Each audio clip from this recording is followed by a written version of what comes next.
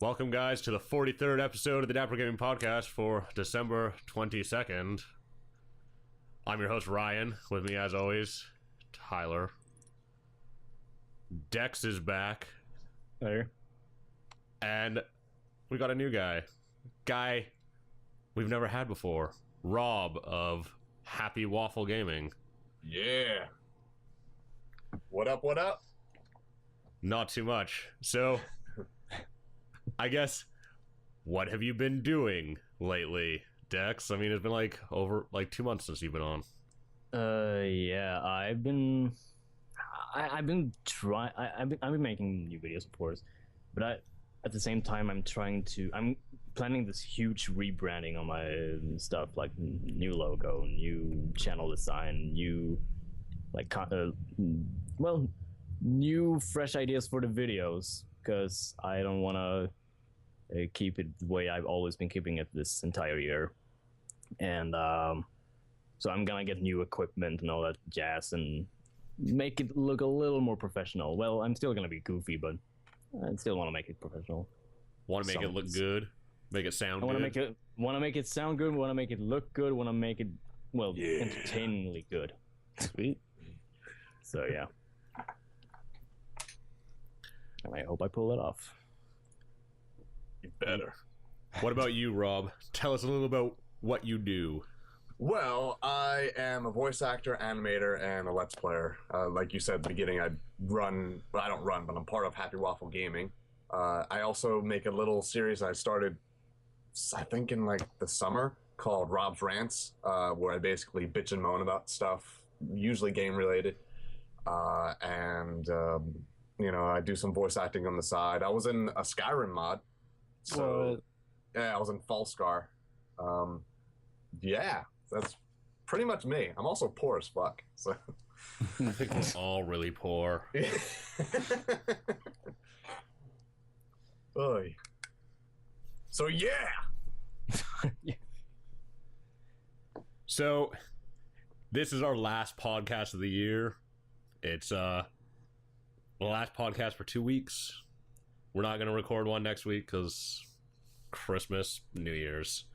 Yeah. And then we're not going to record again the week after that because I'm going back to school and we're only going to be a week away from the 1 year anniversary. So might as well kick off with a podcast where we actually have shit to talk about rather than blowing everything in the week before. Be like, yeah, man, this is what I don't want to happen in 2014, and this is a game I'm stoked for. And then coming into the 1 year anniversary and just be like, so how's it going, guys? What have you been playing? What have you been doing this last week? What you doing? So we're gonna save up the next 2 weeks. So this week's going to be the Game of the Year podcast. I've sent you guys a list of games. Some people have added to it. Yep. You didn't add to it. I did. Did you? Are you kidding me? What did you put in there? I see something. When we get to it, you'll know who it was. Just Cause 2 multiplayer? Yeah. Oh, that... We'll talk. When we get to it, I'll tell you why that's not staying in the list. So, I think we're going to start off with the first category. I don't know if anyone else played any of these 3 games. I played one of them. Yeah, I played one of them. Excellent. I played none. Great. So, our first category is best story / storytelling. So, the games that I put in there were BioShock Infinite, The Cave, which is a Ron Gilbert game released by Double Fine, and The Stanley Parable. And so the reason why I put BioShock Infinite in there is because the story is just really, really good. And then the reason why I put The Cave and The Stanley Parable in there is that they tell stories in a way that games don't generally tell stories. They're both really narrator focused and they're very funny. They have very excellent writing. But they tell a story in a really interesting way that you don't normally see in games. Yeah. So, which game did you play, Tyler? Was it BioShock? Yeah. Did you actually beat it? Yeah, I did. Because that game was actually really fun. So,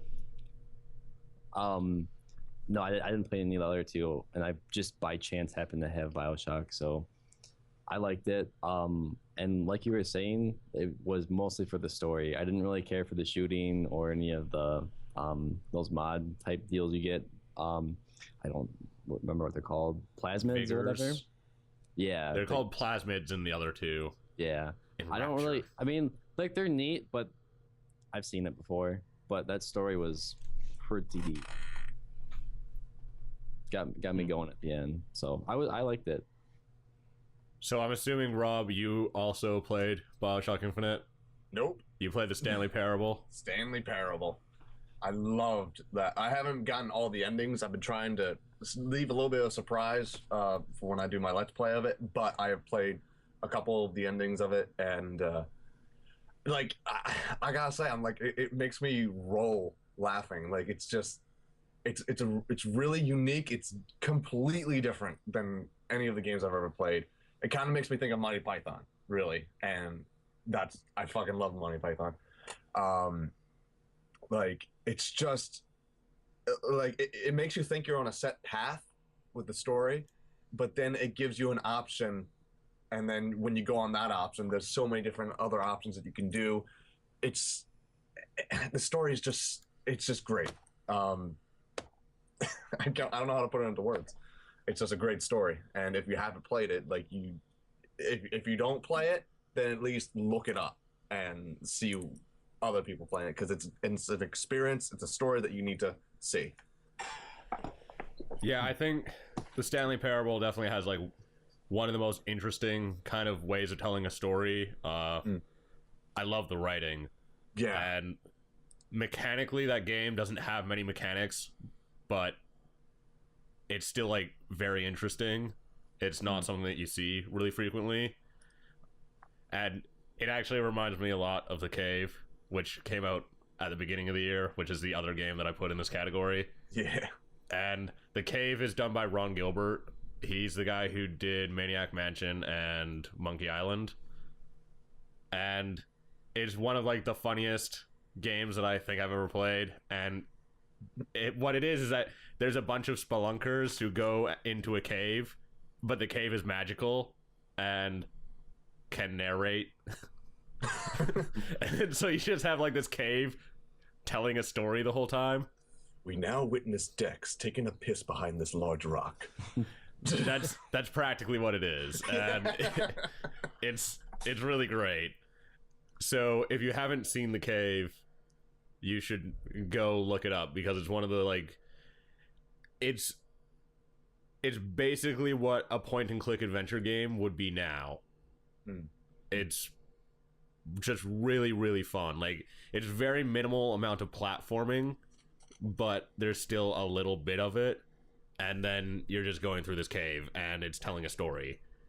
And it tells you actually like 4 stories as when you play it, because you play as 4 characters at the same time. It's just really, really good. Or no, you play as 3 characters at the same time, sorry. And it tells you 3 sets of stories, and it's just really interesting as a game. And the Stanley Parable kind of reminds me a lot of it because of the narrator and how it tells its story. Right. But it doesn't have the crazy, then Stanley went through the left door, and then you go through the right, and the world breaks. Stanley was really bad at following directions. And so that's one of the things I love about that game, is that, you know, you got the snarky announcer that is like, if you play the story correctly, it's very proper, it is engaging, it's funny when he talks, but then when you break the rules, he kind of makes fun of you, and he kind of like, he assumes you're an idiot, and like, you could be standing in a room, like you branch off to another path where you're not supposed to go, and you stand in this room, and the dude just kind of sits there and he assumes you're dead. So he starts screaming out and saying, like, for anybody else that can hear him to come and take the dead body away, and then maybe that person can finish it. It's like, it's just great. Like, I mean, I've never seen The Cave. I heard about it, and I've seen BioShock Infinite, never played it, but I don't know. Stanley Parable is just, it's just unique in terms of storytelling. Yeah, I would give the Stanley Parable that. I know personally I would probably give best story for the year at least to BioShock Infinite, because I think the writing in that game is just superb, especially given the scale of the game versus the Cave and the Stanley Parable, where the Stanley Parable has great writing, but it's 3 hours of writing, not 8. Yeah. I get like, that, yeah. There's just this amazing world building in BioShock Infinite because of the writing, and just like there's so much there as like for story and writing there versus like an indie game. And I think that BioShock Infinite, even though it tells it like a very traditional story, or at least tells it in a traditional manner, tells it like the best that you could tell a story. Yeah. Yeah, I definitely agree with that. Like, I will always say like the Stanley Parable is like unique, but even though I've never actually played BioShock, I would definitely say BioShock would be the best for story. I don't know. Because you didn't play them. Play more games. I would pick another game actually. Well, one that I have played. I haven't played that many games this year, but I'm gonna go that road and say Grand Theft Auto 5. GTA 5. See, I didn't put it in there because I didn't play it, but I mean, you should have added it to the list. Well, I sent it to you 2 weeks ago. We're adding it now. We're adding it now. GTA 5. Boom. Yeah, I didn't play GTA 5, so I can't really say anything about it. I'm gonna keep it short. It's like you said with was it the Cave that had 3 characters? Yeah. Or 3 stories? Yeah. It's the same for GTA 5. And get to experience all these, and they're all different. Like there's this middle-aged man, there's this psycho man, and the homeboy. No, no, I'm just kidding. No, but you can see all from different point of views throughout this, like the city and the countryside and whatever, and so much crazy shit is happening for all of them, and they all get to experience it in the same. They get to experience the same thing, but in different ways. So, yeah, I feel I was interested all the way through the game when I was playing it. So that's something that GTA 4 didn't have. Yeah, definitely. That's what I was gonna say. I heard a lot of people say that they weren't excited to play another GTA, and then they said they saw people playing GTA 5 or heard about it, and they just kind of completely changed their minds just because of like the story alone was actually interesting. So yeah, it really was. I was never and funny. GTA. I was never into GTA. Like even watching the story, like we live streamed it once, and I was watching, and I was just kind of like. Like I don't know. It's something about GTA. It's a massive turn off for me. The only thing that I did like about GTA 5, and please don't kill me, but the only thing I did like about GTA 5 was the fact that you could jump into a wall and just ragdoll. And if I had gotten the game, that's all I would do. That is all I would do. It did that for like an hour when I first saw it. Like you could actually roll down a path and just like you jump and then you just hit the button and he starts rolling down the streets. It's funny. Game of the year for rolling down the streets. There you go. Yeah, I didn't play GTA 5, I think probably for the same reason Rob didn't. I've never like been super into GTA, and I also don't own an Xbox or a PlayStation, so like at this point the game's been reviewed so well and everyone that I know has liked it that I'll play it, but only if it comes to something I own. So PC. It's coming to PC soon. Did they say that? It's coming to announce it. It's coming in spring, I think. Oh, well then, I will play it in spring. I think so. They said something like that. Download that file that's online that's like 12 gigs and it's a virus. That'll work. That will totally work. Yeah. Like 2 days before GTA 5 launched, someone uploaded GTA 5 PC edition onto Pirate Bay. It's a 12 gig file, and people just downloaded it and and it's just 12 gigs of viruses. It's like, yes, this game that's not out yet, that was never announced for this platform, that released. Yep, is leaked. It leaked. It leaked like before it was announced. Way to go, guys. People are smart. I love Man. it. Geniuses. SMRT. So we have to give it to a game. We've got to, even though everyone played different games. Even though I played different games, I at least watched parts of BioShock, and the parts that I watched, I was really immersed into. I'm not big on shooters, but I was very immersed into the story. So if I had to pick, I would still say BioShock. I felt like I was being drawn into the story. I started caring about what was going on, so I would say BioShock. I'd probably also give it to BioShock just because Elizabeth is like the best character in a video game ever. Yeah. Go ahead and pick Bioshock, but I am. Yeah. If this comes to a draw, do we have to duel? I think Tyler only played BioShock, so Yeah, so I can't, but I don't want to just call it like that just because I that's the know. only game I played. But it was a Dude. good story, so yeah. I mean, I that's think what we're going. most I people bet it is. you should play it. It's a really great story, but you should play it on easy because on hard it gets bullet grindy and it's just not fun. I played it on the hardest difficulty to start, and I was just like, "Oh god, this was such a mistake." Because like, Yeah. you get halfway through the game, and you're just like, "I don't want to shoot people anymore. Can I just keep experiencing the story? Can I stop shooting people?" But yeah, I think I would give it to BioShock just for story, and I don't think that's a controversial idea. I think Yeah, most I think people, most people can agree. yeah. Now, best shooter, get your shit together, VGX. This was a terrible shooter. That's Which what one did they won. pick? That's what Spikes' Video Game Experience Awards or whatever that they did this year. I didn't even bother watching that. Like, I was just They- like, whatever. They chose Bioshock I- Infinite as I the would- best shooter, but it's like not a good shooter. But the thing is that would be like, it's on par with Call of Duty as like a single player experience shooter, but that Call of Duty is not good either. So it's just like, You mean Call of Duty 4 DLC number 102? yeah. That's all it is. So. But, Yeah, I mean, I think there's a lot of categories that Bioshock Infinite should not win, but I think Best Story is something that you could definitely give it because it just has such like amazing world building. Okay, let's jump into art/art style. best art style. I have something that I would like to add onto the list, which I didn't, but I've also got something I want to add on the list just to mention two. it. I got two. Is one I of them got Metro one. Last Light?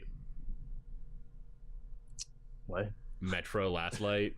No? no. Okay, that's what I'm gonna add. So No. I would say Rayman Legends Yes. Thank you.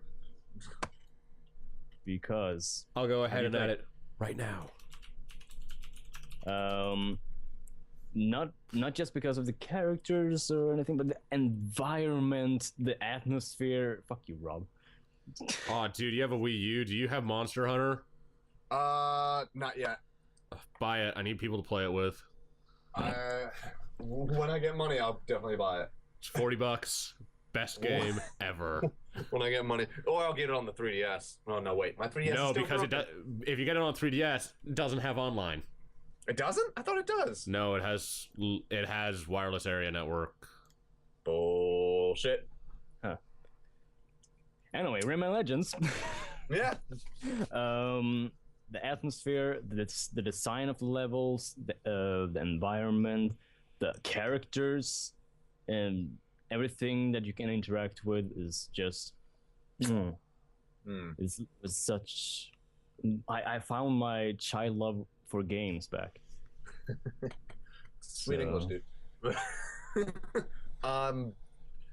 Yeah, I'm gonna have to agree with Dex. Like it felt like I was watching. It felt like I was a kid again watching Edda and Eddie. Like it was just, it was just. The environments look great. The characters look amazing. My favorite is Olympia, one of the Barbarian skins. Yeah. But yeah, it was just if you like just Google the art style, it's beautiful. I love it. I love like Or- the way he moves. Like it seems almost kind of wrong, like in the animation. Like it's kind of clunky, but I like it. Like, it flows weird, but his arms are strange. Rayman? Yeah. Like, the Yeah. way his arms move is just, like, kind of weird looking, but I like it. This is like Origins had great art style, and when you saw Legends, you're like, oh my god. Oh my god, boobs! All right. And then there's another game I would like to add, but I don't think it's as good as Rayman Legends. But I'm gonna mention it anyway. Fire Emblem Awakening. Yeah, I mean, I've never played it, but Fire Emblem's a really good-looking game for a handheld. I think that's fair to say. But, like, it's limited by being a handheld, at least in appearance, obviously, because low res and not a lot of power. Okay. But, like, it's really good looking for a handheld game. I don't know if the cutscenes count. Because the I haven't cutscenes seen the are cutscenes. So goddamn beautiful. Are they pre-rendered? It's pre-rendered, yeah. It Like, is I'd assume if they're good looking, they're pre-rendered. Yeah, I know, but I've seen 3DS, it's like, and that shit It's just I want to see that art style for an anime show. I want to see that. Yeah. It is pretty. Yeah. Fire Emblem was a sick game, though. I should have added a best handheld game, but then they would have just been all 3DS games, and it would have been like, I don't know, Pokemon. Pokemon would just win. I mean, Fire Emblem. I'm not a real-time strategy guy. I can't get into it. This is the first Fire Emblem I played. I played the one on fell SNES. in love. Can't you like get married and have kids in that, and they fight for you Yes. or something? Perfect. Great. I'm gonna have many harems pawing at me while I sit dismissively on a throne. Oh. But I can totally agree, Fire Emblem Awakening is a really good-looking game, especially for a handheld. It is a good looking game. But it's definitely not as good-looking as some of the games that I put on the list. Yeah. Okay. Fine. Some of the ones that I put on the list, though, I just only want- put on there just to, like, mention one thing about, like, Assassin's Creed. I was gonna say, I'm like, Assassin's Creed has, like, the best-looking water I've ever seen in a fucking game, and it's mostly just because it's, like, wide-open ocean, and that's the only good part of the game. Nothing else is fun about that game, except for being out on a ship in the middle of the ocean, shooting other ships. And then all the Assassin's Creed stuff is totally played out and boring. And there's another one coming next year. Yeah. Man, they're thinking about doing 2 a year. No. They said No. that. Don't fuck. No. Just don't. Like, They need to go back. Here's the thing about Assassin's Creed. I could play Assassin's Creed every 2 years. I don't buy that franchise because it's every year. I'm just like, this isn't entertaining enough to do once a year. Because, like, the idea is so good, but the execution's kind of mediocre that I don't want to fucking play that every year. But every 2 years, I could be like, maybe they improved it. And then be like, nope, well, okay. At least it's, like, a pretty good game. But pretty good isn't good enough to buy from a franchise every fucking year. Yeah. I mean, I that's like with me in Call of Duty. Like, I could like Call of Duty if a new Call of Duty didn't come out every 3 months. Like, also with Mario, I love Mario, but I mean, they started releasing a new Mario like every year. Like, I don't know how many Marios came out last year, but I was just like, all right, it's the same formula. Like, I love it, but you know, let me get tired of this first, okay? And if they're doing that with 3D Assassin's World's so Creed, good. I don't have 3D World yet. I played it, and I agree with you. It's good. It's like the combination of all of the Mario games. It's like a perfect mixture of 3D Mario and 2D Mario into this just thing that's awesome. Right. Well, my point is, like, Assassin's Creed. Like, I haven't gotten through all of them yet, but Assassin's Creed, if they do an Assassin's Creed every year, people are just gonna get they've sick been of doing one a year for like the last 4 years, but they're gonna start doing. They're experimenting with 2 a year because that's why they're releasing Assassin's Creed Liberations HD on, because they wanted to see whether or not, because it was originally a Vita game, but they want to release it on everything else just to see if people will buy 2 Assassin's Creed games a year. And don't be Call of Duty. it's Please already don't. Call of Duty. This would be worse than Call of Duty. Fucking imagine that shit every 6 months. Oh my god. I don't know anyone who wants to buy a game from a franchise every 6 months. That's too fast. You can't even I wouldn't. improve the game. Like the feedback that you would get being like, we don't like this. It'd be like, okay, well, we'll have it fixed for the 2 games away. That's fucking insane. Yeah, I don't. Anyway, best art style. Rayman Legends. I vote Rayman Legends. I mean, I even had to Google some of this other stuff. I've got to go through the rest of it. Yeah. I've got to mention it anyways. Go on.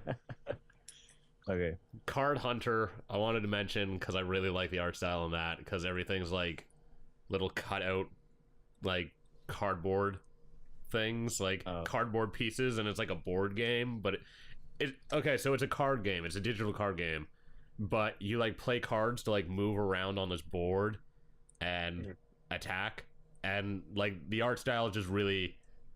I love card games and I love board game pieces, so I just really like it. Even though it's definitely not the best game artistically, I still wanted to mention it because that game came out this year and it's really good and no one knows it. So I know it. I played that. yeah, and it's fun. I haven't touched it in a while, but yeah, I mean, I don't know about art style though. That's kind of a weird category to put that in. It almost feels like it would be I mean, I guess you did put it in an experimental game, but. Well, I also put it's also for art style, not visual fidelity. It's a browser game. Right.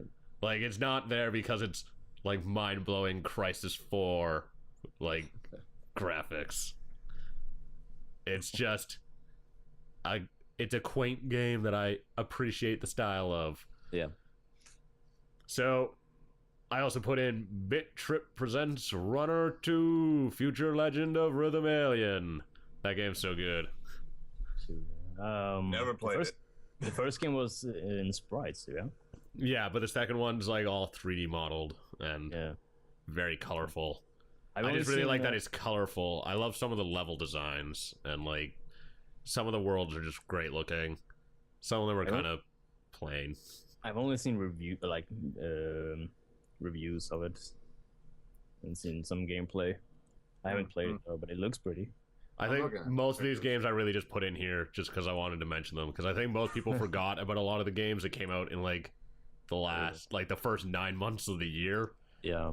Like every year, like it's so hard to put together like game of the year lists because it's like, what the fuck came out this year? And then it's like, and then you just like put in everything that came out in November, and then you're like, oh man, I forgot about all these great games. So, Don't Starve came out this year. Tyler played that. Yeah, I did. Ironically, I have it and I haven't played it yet. It's pretty good. I think it's worth playing. It takes a while to figure out what you're supposed to actually do. Yeah, it definitely does. Like, I had to look at like a wiki to find how to make a bunch of stuff because, there's a lot to do. I mean, like a lot to make. So yeah, there's a shitload of content. I like games like that. It's a pretty cool design. Yeah, it kind of looks like I want to say Tim Burton. Yeah, they really do. Kind of like a pop-up book almost too. Yeah, I was getting from it. It's I think the art style is pretty unique. Yeah, I like it too. It's a little dark though for me. Yeah, it's a little too. Is it just me, or is the main character Johnny Depp? There's a bunch of different unlockable characters actually. Really? Yeah. I just saw the guy on the cover. I was like, hey, Johnny Depp. But yes, I know what you're talking about. Yeah. And over time, the character like grows a beard, and you like can cut his beard off, and then his beard hair is like a craftable, like is used for crafting. It's very strange. Okay, I gotta play it now. You gotta play a game where you make food out of beard hair. I put in Guacamole in there because I really like the art style on that. Not that I think it should win, but I like the art style. It's like a Metroidvania type game. Yeah, it's like an action platformer, and you are a luchador. It reminds me of sounds awesome. The art in some places reminds me of Samurai Jack. Yeah, it kind of does. It's made by a bunch of ex-Blizzard employees. Oh, really? Yeah. It's really good. It's on like PS Vita, so it's one of the reasons to own. I guess like it's on a bunch of stuff besides Vita. It's on PC now too, but Yeah. it was one of the few games worth playing on a Vita. But it was on a bunch of other stuff too, so it wasn't worth buying a Vita for. But it's like it's a good like handheld game, and it's not on 3DS, so Yeah. But I also don't know if the 3DS could like handle it or would look right because of the screen thing. Like it's very much just a one screen game that like there would be no reason for it to be on a DS. Well, I mean, Rayman Origins was also on 3DS, and I thought it looked great. I played a demo. Dex. I played a demo, and it just. I'm not gonna blame the game, like the art for it, but it looks so blurry to me. It's probably because of 3DS. Yeah, And not exactly. not the game. Like one of the things that really bugs me about 3DS games and why I don't think any of them look particularly good is just they're so jaggy. Like there's just so many jaggies, and I can't do it. Mm. I can't even play fucking like Xbox games and be like, oh man, I can't, like it's just jaggy and blurred out, and I just don't understand what's happening. I'm just like, I can't play this. But yeah, Squawkamele, Pikmin 3 is like probably the best looking game in my opinion this year. But I mean, I can give it to other stuff too. I think Pikmin 3 just because like the art style and the environments are beautiful in that game. Like all the fruit and stuff looks really realistic, but then all the characters are like obviously cartoony because Pikmin aren't real. Yeah. They're not? No, they're not. But like the lighting in that game is like amazing, and the water is great looking, and just like the environments are just so nice. But I think that's largely because of like the style and the way that they do the lighting in that game.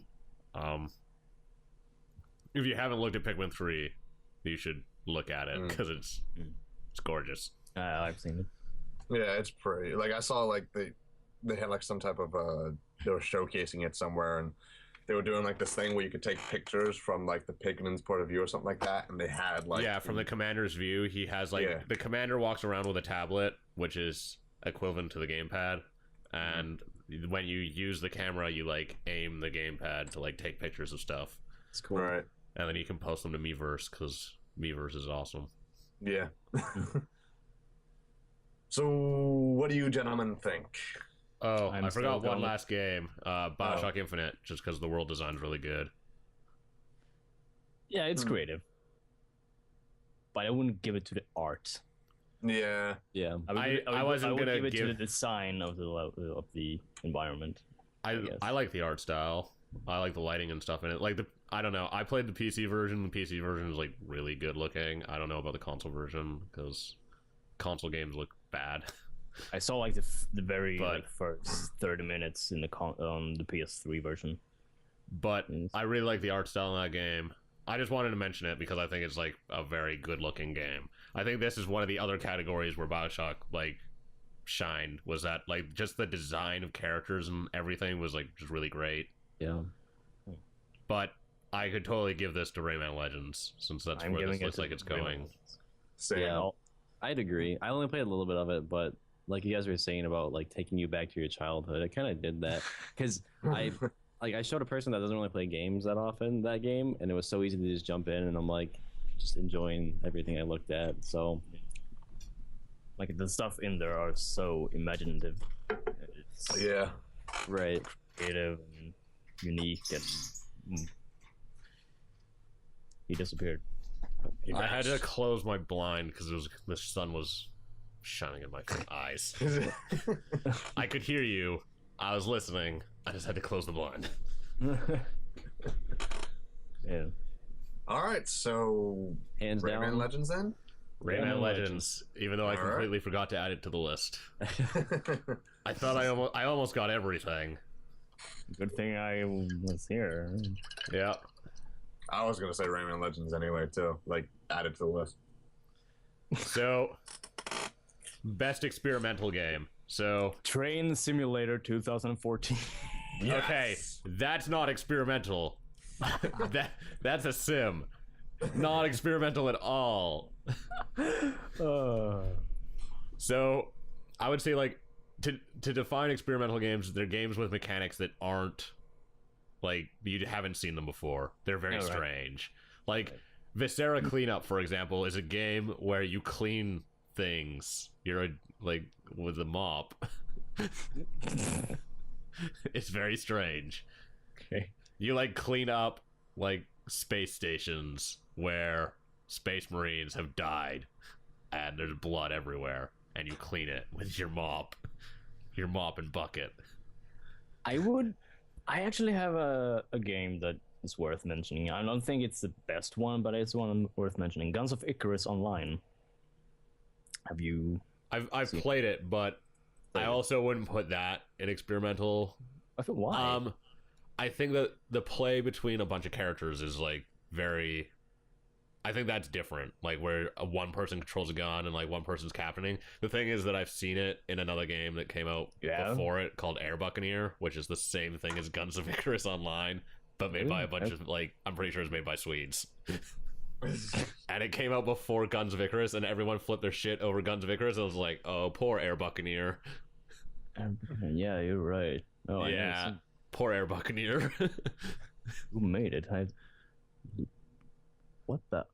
Seems like Air Buccaneer didn't get the word out. Nope. Were they a green Total Biscuit didn't play Air Buccaneer, so yeah. That's how it goes. Pretty much. Was that a green light game on Steam? I think it got on to Steam before that. Because Air Buccaneer has been a game that's existed for, like, a while now. I mean, I played that thing like 4 years ago when it was in alpha. Oh.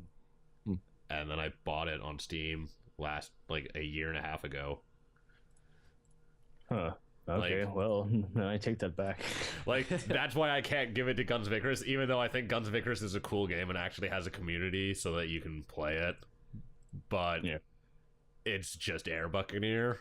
And so I'm just like, everyone's like, Guns of Icarus is amazing. I'm like, dude, it's just Air Buccaneer, but a little better. Like, okay. But I think Guns of Icarus is a cool game.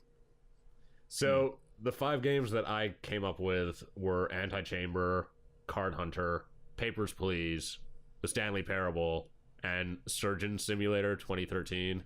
Even though I'm pretty sure that's the only Surgeon Simulator, so... What about Amateur Surgeon? I didn't know that existed, but I meant the only one in the Surgeon Simulator series. I don't think Canada has Adult Swim, do they? No. No, there's a game that a channel makes called what is it? Amateur Surgeon. There's a whole bunch of them where essentially you're this dude who doesn't know anything about surgery, but you're performing surgeries on people, just cutting them open and, like, sticking, I don't know, like a knife inside of them and just leaving it in there or something like that. It's ridiculous. Is it like a game or is it like it's like it's a game. Is it Flash based? I want to say yes, but they do have, like, mobile phone versions. That's right. That's true. I mean, like, it's something I could have played, but I didn't know it existed just because we don't have Adult Swim here, so, like, I don't watch it. I watch some of the shows on it, but I, like, have to download them, and then there's no commercials, so I don't see any of that shit, which is great because I probably wouldn't have played it. Yeah. So I played every game on here except for Surgeon Simulator. I haven't played any of them. I think Anti-Chamber is, like, the weirdest game I've ever played in my life. I've never... It's so good. It came out at the beginning of the year. It's a puzzle game, and it's mind-boggling. Like, you go down a set of stairs. Like, let's say you walk into a room, and there's a set of stairs going up and a set of stairs going down. And you go down the stairs, and then you're just, like, back in the room. And then you go down the stairs, and you're back in the room. Then you go up the stairs, and you're back in the room. You go up the stairs, you're back in the room. You go down the stairs, you're still back in the room. You turn around and go through the door, you're out. But you're not where you came from. So it's Mario. So, like, you walk into a room, turn around, leave the room through the same door, and you don't end up in the same place. So it's Mario 64's Never-Ending Steps.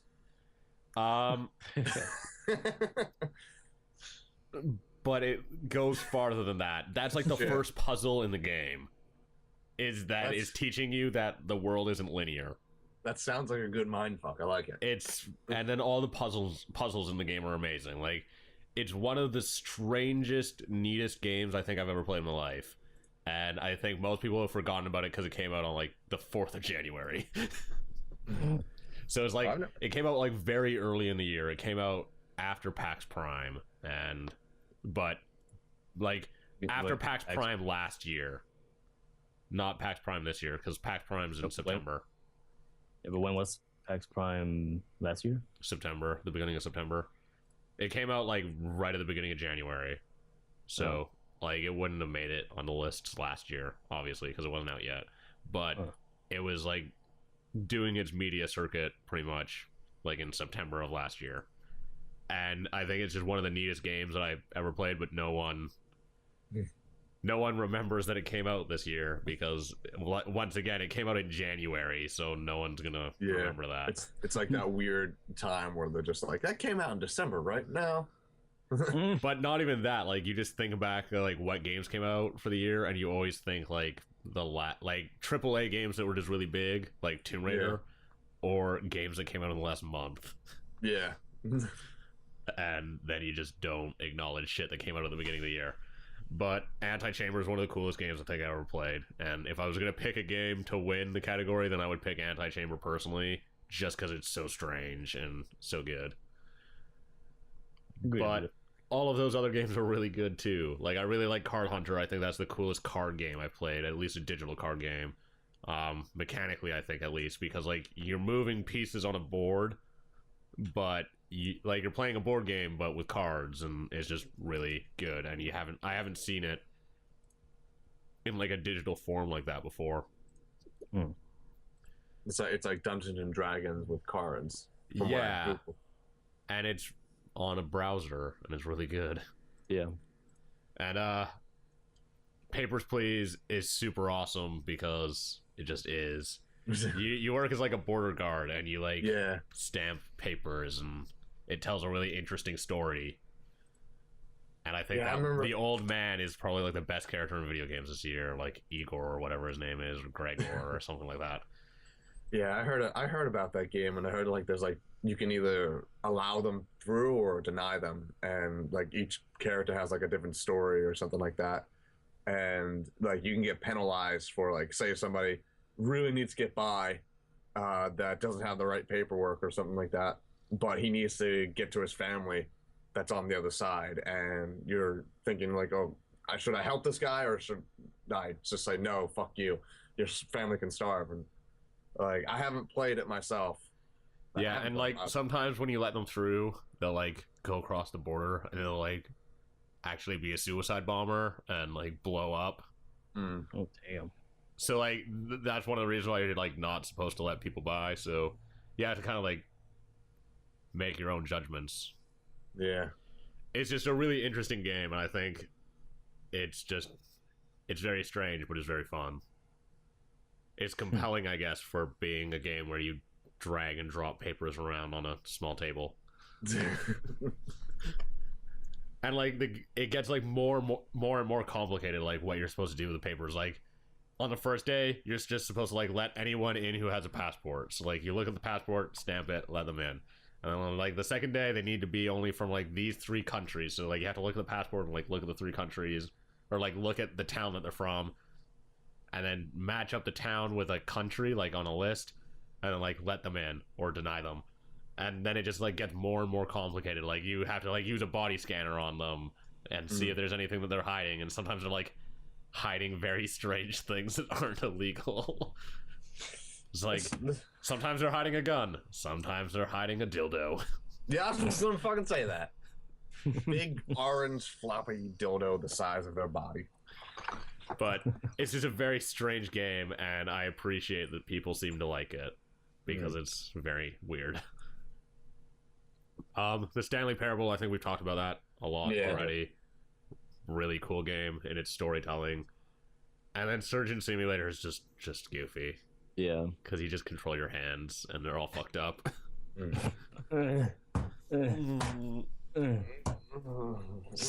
If if you're listening to the audio version of this podcast, that didn't make any sense. Oh god. That is the sound that those hands would make. So, I mean, I'm pretty good with any of these winning, but I don't know. Like most of you guys didn't play them, did you? No, and it's just Card Hunter. So the only one I played was Stanley Parable. I've seen reviews on Papers, Please. My vote will go to Stanley Parable mainly because with games nowadays, it seems like there's a lot of hand holding. Like it's like All right, yeah. like for example, Resident Evil 6. Like you're on a set path the entire way, and if you don't know where to go, you press a button and a big fucking arrow appears and goes, "Go this way, you dipshit." And with Resident Evil games in the past, you would wander around like, where the hell do I go? What do I do? I need to go here. But there's a freedom to explore and find stuff. So with games nowadays, you play Call of Duty and you just go. You just go, you go, you go. There's no deviation of path. There's invisible walls everywhere. With Stanley Parable, it feels more like, you know what? I'm going to tell you to go to your left, but here's a door to let you go to your right. Just pick one. It feels like it's saying, like, remember this? Remember when you had a choice? Remember when you were allowed to do shit? Now you can do it again. I'm going to make fun of you when you do it because that's not the way things are nowadays, but fuck, if you want to do it, go for it. So that's why I say Stanley Parable. Yeah, I mean, I could give it to Stanley Parable, I think, just because no one else probably played Anti-Chamber. Play Anti-Chamber. It's the fucking strangest puzzle game I've ever played in my goddamn life. Is it on Steam? Yeah, it's on Steam. Then I'll get it. Do it. I think it's on sale right now on the Steam sale, actually. Or it either is right now or it was yesterday. Let me see. I'll look at it right now, actually. I can't look at it because it'll just pop up on my fucking, like, over top of Skype, and that would be bad.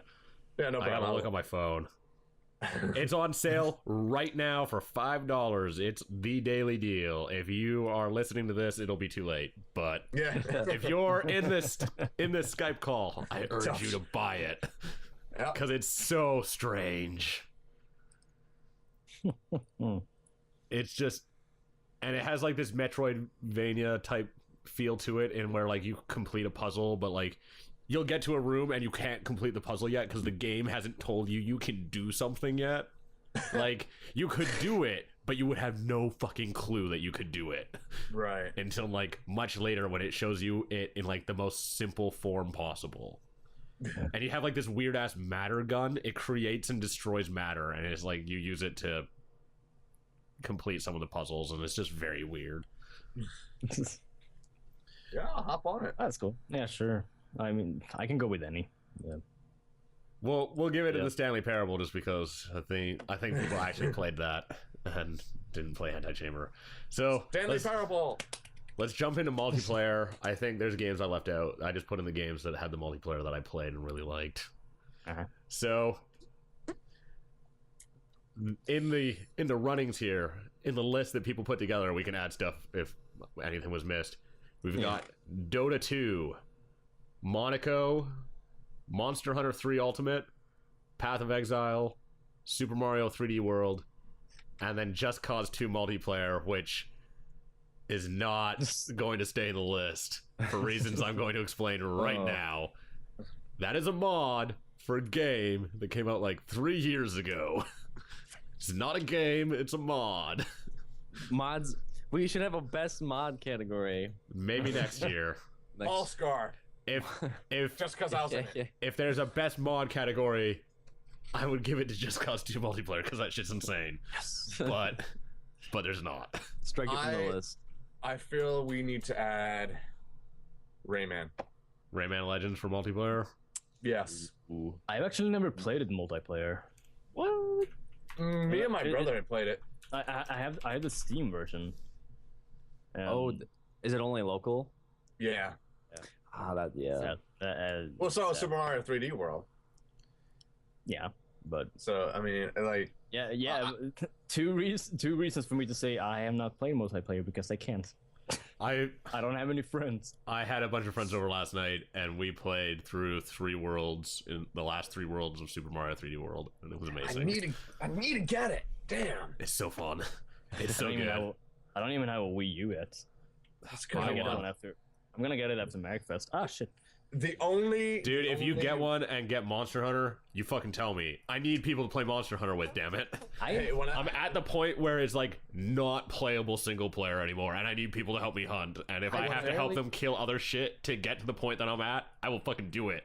I barely played the Monster Hunter, like any of the Monster Hunter. I have the first one. It's amazing.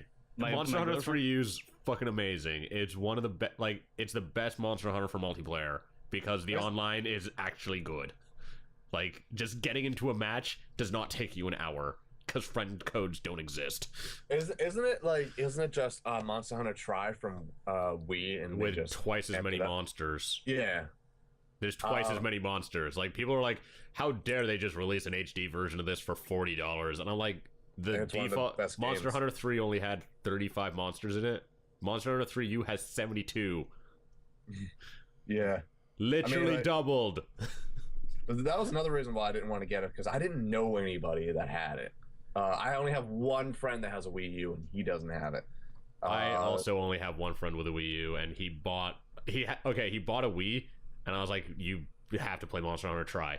And he started playing it, and it was like, he started playing it like 3 weeks before the servers closed, and the day that the server closed for Monster Hunter Tri, he bought a Wii U. Because he's like, I need to play Monster Hunter 3 Ultimate, because the servers are closed on Monster Hunter Tri. So I just have to buy a Wii U. It's so fucking good. If you get a Wii U, I highly suggest buying it. And if you have a 3DS already, you could play it with your girlfriend if you buy a second copy. But it has like she doesn't have the Ultimate. She has Tri on Wii. On Wii. Yeah. I got a. But if you have a 3DS, if you bought like a second copy, you could play it like co-op local. Yeah. I know that.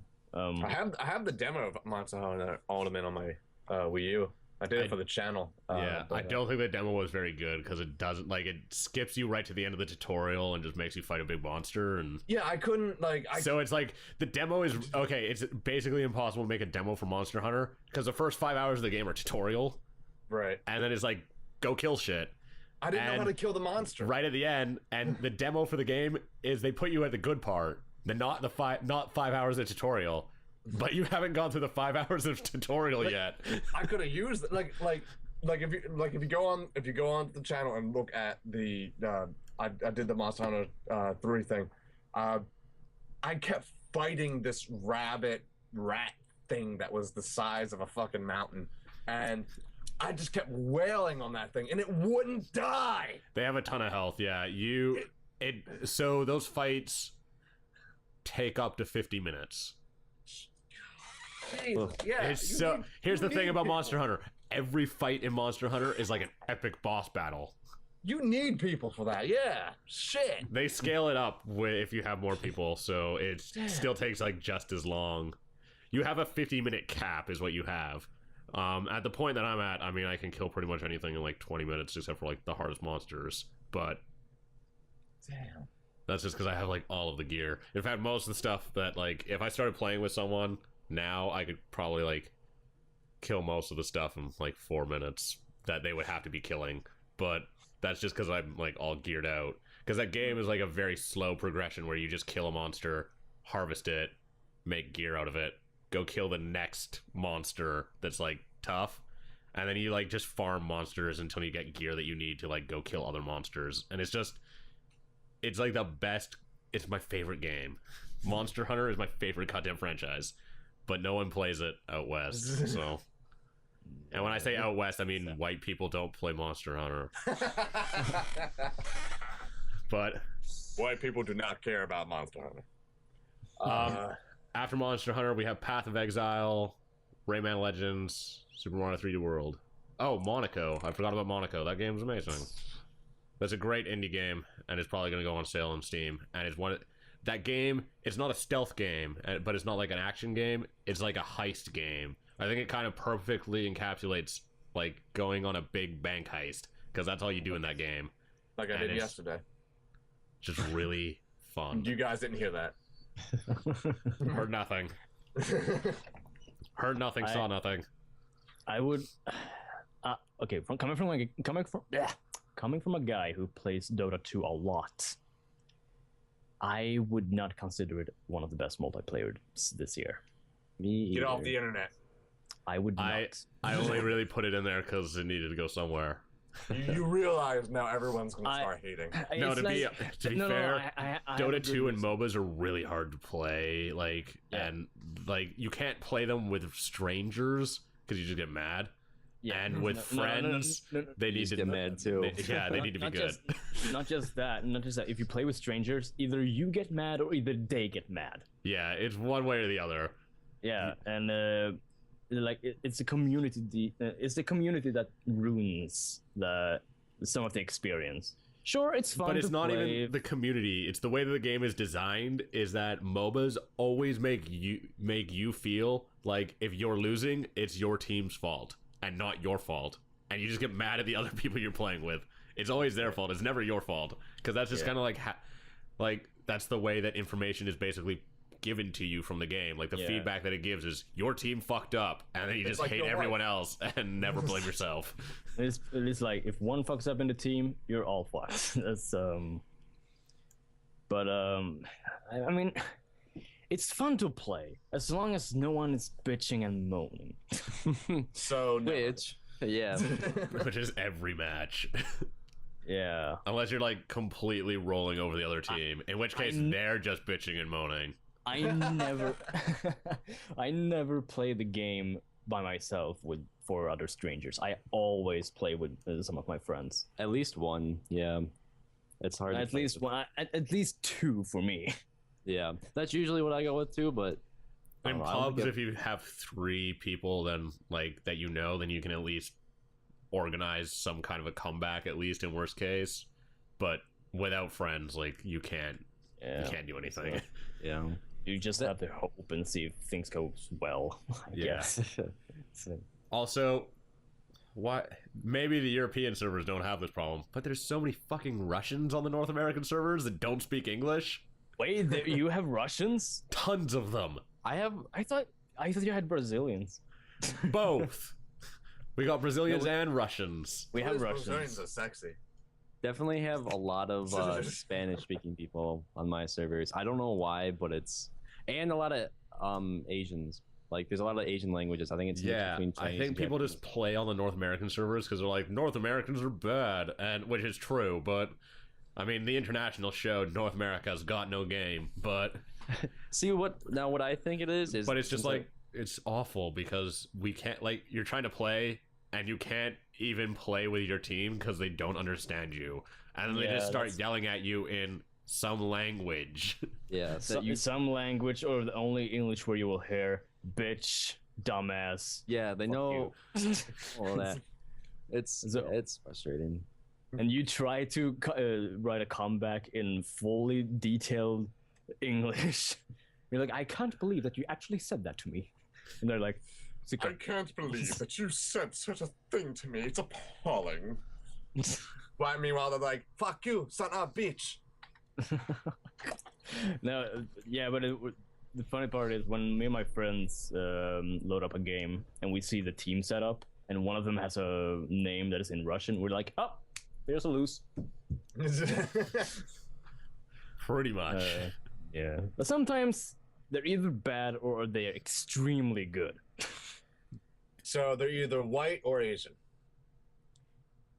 No, Dota 2 is one of the only games where the Asians don't necessarily just trump everyone. Really? The Chinese teams are really good, but the European teams are also like just as good. Alliance. Yeah, that's exactly what I was about to say. Alliance didn't they won the international, right? That's the team. Yeah, that's what I thought. And they're Swedish, so I'm not interested in the internationals or any kind of like. the international's really awesome to watch because it's just like it's just such a spectacle. I mean, I can understand that it's like grand and everything, and they're all good players, and it's fun to see how they play. But for me, I'm like, Do we have to? You know, they play like 5 matches in order to. Yeah, they play a best Decide- of 5. Yeah, best of 5. Yeah, and but for me, it's like, why do we have to sit through? Like one match takes like an hour, almost. At that level, Average. it's At like not an hour. Okay, It's like well- 30 minutes.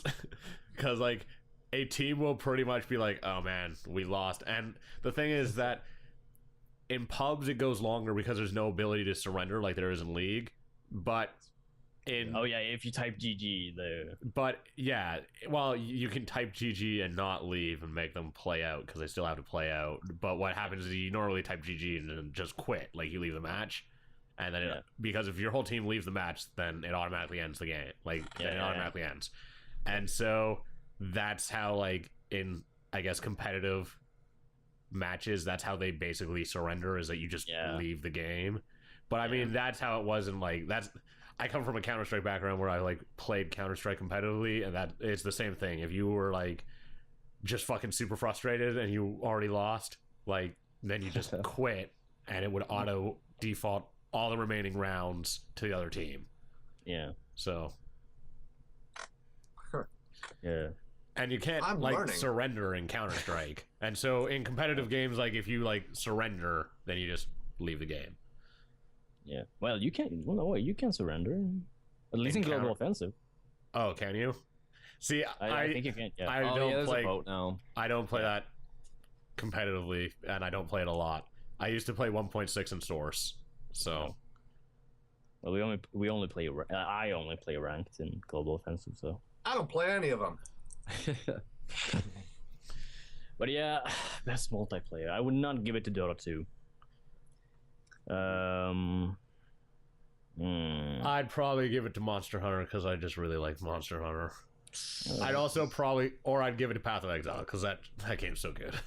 I've never. No, See, I don't. That. It's everything that I wanted Diablo 3 to be. I don't care for that game. That's just me personally. I don't even know what it was. I think it was mostly like the character animations and how I walked. Kind of bugged me. They're better now, at least if you haven't played it since it left beta.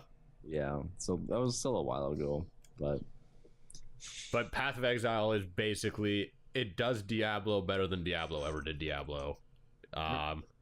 It's got a super complex talent tree. It's got a passive skill tree. It's basically the biggest like circle grid you've ever seen, or like sphere tree that you've ever seen in your goddamn life. Hundreds of passives, and the skill system of that game's amazing. It's just everything you wanted Diablo 3 to be. That Diablo 3 wasn't. I never liked Diablo 3. I played what was it, the demo or the beta? Diablo 3 was bad. I played it in beta when it was good, and then I logged on one day, and then it was just what it is now in the beta, and it was really bad. I was like, oh, great, they've ruined it. Yeah, I didn't feel like paying $50 for that game. It's like, I was in the beta, and it played exactly like Diablo 2 and had like a skill tree and everything, just like Diablo 2, and then it was like Diablo 3 all of a sudden, and it was bad. And I was just like, they've ruined the game. How excellent. I don't know. What games here have you guys played that you actually liked? Rayman Legends. Rayman Legends, I played. I've played Monster Hunter, Rayman, and Mario. I mean, I played the demo of Monster Hunter, so I can't really count it. So it's a toss-up between Mario and Rayman. And I haven't really played Mario with anybody, so I'm gonna have to say Rayman.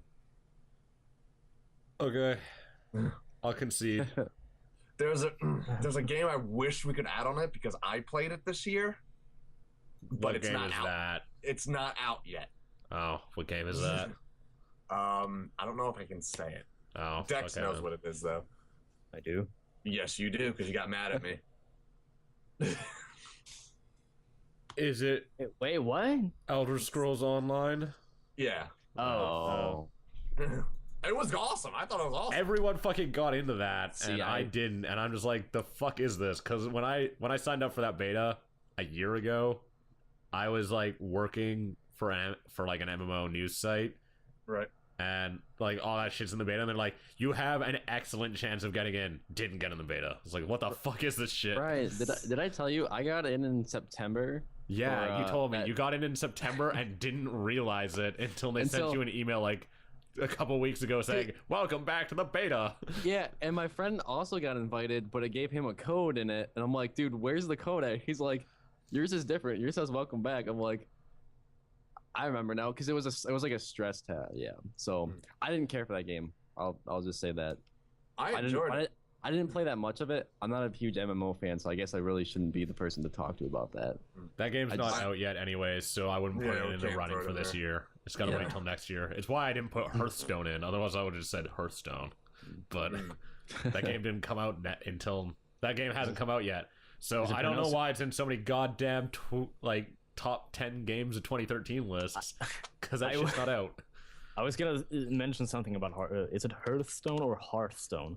They're interchangeable because Hearth and Hearth are the same thing. Hearth and It's just two ways of pronouncing the same English word. So yeah.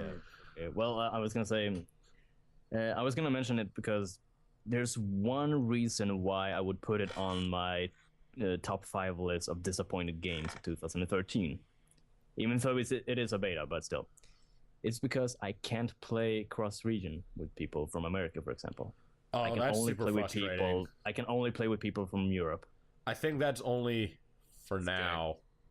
I hope. Because I know a lot of people who play cross region for like StarCraft and stuff like that. Yeah. And that stuff's all out, and that's just because of how BattleNet works. Battle.net can. I hate Battle.net. Seriously. Yeah, I know. When it comes out, I mean, obviously you won't need keys, so I mean, worst case, you just make a North American BattleNet account. I think that's what. Yeah, most people do. that's what I had to make. But if I do that, I have to start from the beginning of the game, collecting leveling up my decks and such. Yeah, that's a pain in the decks. ass. Plus, you would need another beta key, so. Oh yeah, I need another beta key as well. Which would be the hardest part. Because everyone wants beta keys and they don't seem to be giving them out that The far. completionist gave me a beta key for it, and I go sweet. I go to after no. Here's the thing, I tried adding people from America inside the game, and it said friend invitation sent. Did you get it now? No. What the hell? I'm sending again. We're trying to find out different kinds of. Like if I had to put in the ID of the Yeah, after the put name, like the ID Battle.net. number after. Yeah, because they let people have we did- duplicate account names because Yeah, they we have did- too many people playing that Yeah, exactly. you run out We of did- account names. Put in the normal username, the username with the ID, and then the email and different emails and etc. I'm like, listen, you didn't get it. No, it didn't. And then I look it up and it's like, oh, you can't play cross region. Like, Yeah, it's retarded. It makes sense in the case of like StarCraft 2, because it wouldn't make sense that game would not be playable cross region just because of the lag, like the latency that would be there. Just because there's no good server in the middle of the Atlantic. It doesn't exist. But Hearthstone is a But freaking Hearthstone card game. is a card game, and latency doesn't it's fucking like- matter, and so it should be totally cross-region play because Yeah, it should. it just I And mean, if if they you're don't- playing ranked, it should just be local, like it should be regioned again. But I don't know. Well, like it doesn't matter if it's regioned or not. But yeah, if you want to make a custom match, you should be able to make a custom match yeah, exactly. because if they don't it fix doesn't that, matter I'm what like, server "Hey." they put you on. I'm gonna be mad if they don't fix that. Yeah, hopefully they add that in. Mm-mm-mm. So, Rayman Legends, best multiplayer.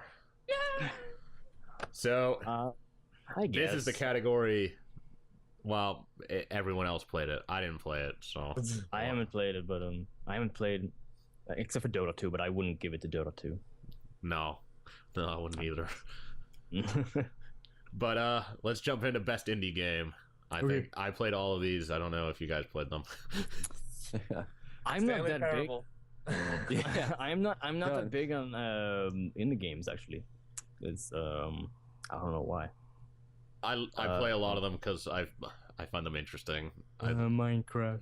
I only- Not Minecraft. Minecraft's a bad game.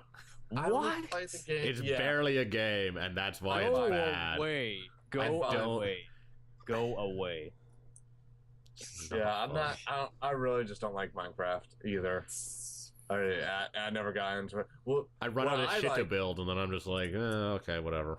One of the I wouldn't put this on the on the list, but there's a game that I played earlier this year, and I'm sure it's been out for a while now. What was it called? Cube World.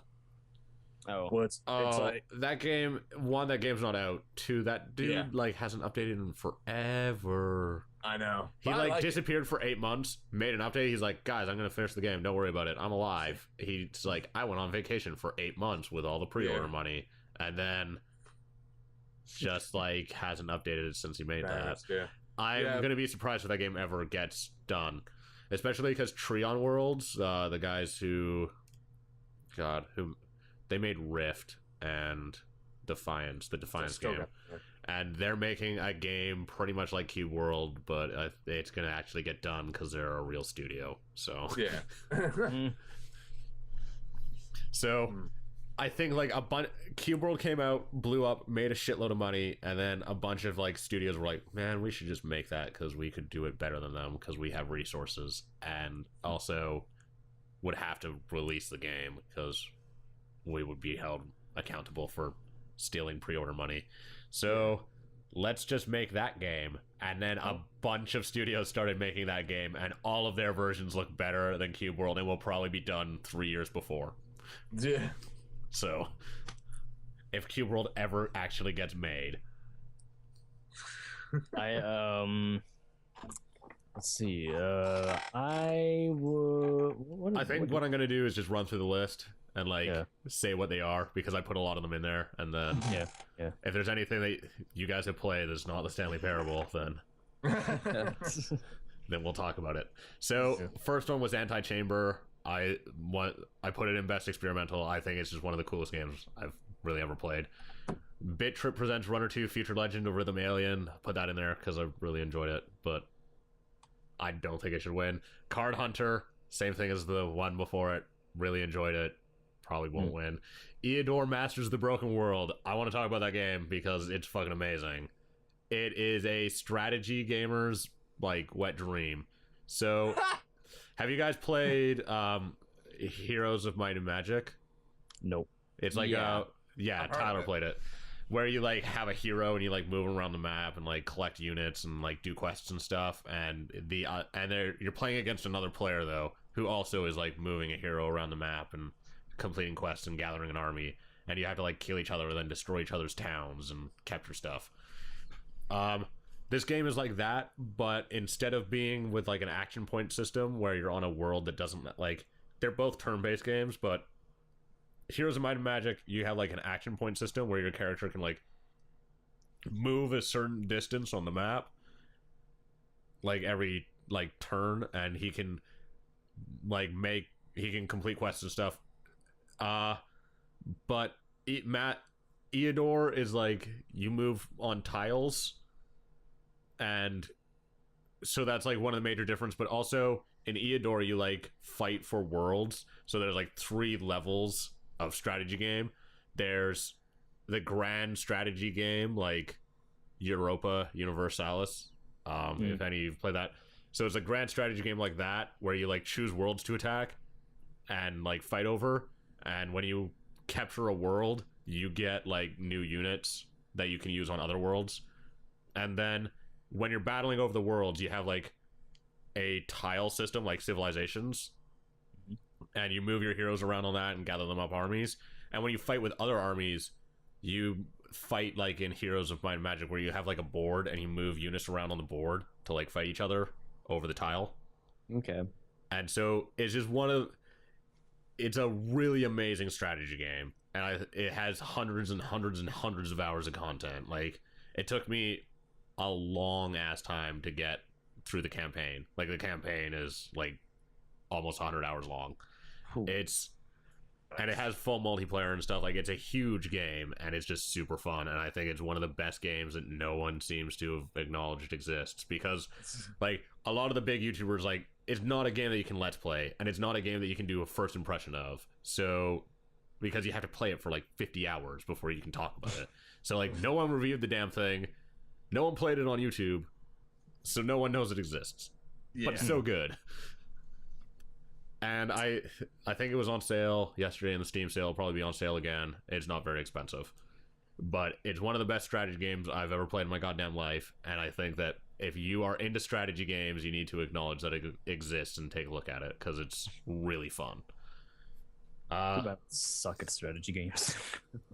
Yeah, and this one's not easy. It's a strategy role-playing game too, so like sometimes you get dicked over because it's just like random role-playing event happens. Oh man, my hero died. My hero contracted the plague. I can never get into strategy games, mainly because they're way too fucking slow. Oh, this is a super slow game too. Yeah, It's like if you're not into turn-based strategy or grand strategy, you won't like this because it's both of those. But it's still super fun if you're into strategy games. So, like I put Monaco in there. Monaco is like one of my favorite games of this year. It's an amazing heist game, and it's some of the best like co-op I think I've ever played ever in my life. Like as a co-op game, it's just fantastic. Papers, Please, really cool game. We talked about that already. Path of Exile. I put Path of Exile in there because I think it's the biggest accomplishment this year as far as indie games go. Like, it's the biggest task that anyone's undertaken. It has hundreds of thousands of players, and it's just a indie game, like a free-to-play indie game that was made by some New Zealanders. Rogue Legacy. Did anyone else play that? No, I have not. No, it looks fun though. Is Rob still there? I think his camera's freezing. Oh, it's barely moving. Yeah, I'm still here. Yeah, Oh. I'm still here. Woo! Your camera's like freezing up. It seems like your internet's crapping out because your audio quality is really shot down too. All right, yeah. I'm so happy about that. But Rogue Legacy was super cool, so I put that in there because I think it's like it's not a rogue like, it's like a rogue light. Like it's kind of like Spelunky in that sense. It was really cool. I don't think it should win, but I put it in there to sacrifice for other games.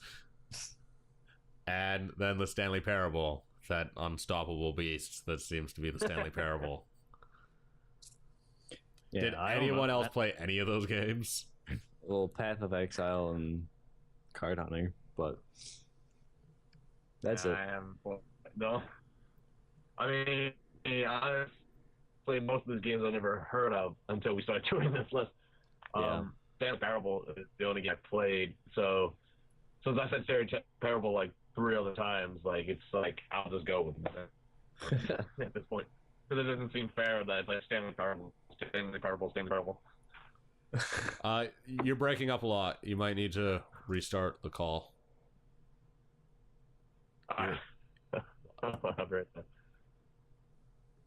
His vote went to Stanley Parable, I think, is what he was saying. Yeah, I'm pretty sure that's what he went with.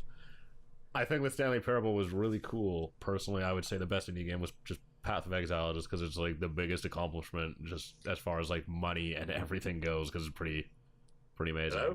But Yeah. no one else, I think, played it besides He's Tyler. back. I mean, if we're taking it in that sense, I also think that since it has so much, like it's grown so much, and for being an indie game, I didn't even know it was an indie game. Yeah, it's just made by like It doesn't 20 seem like people it. in New Zealand. I know, it's a huge game. Like there's 3 full acts of content there, and it has something that no action RPG like Diablo like game has, which is an actual end game.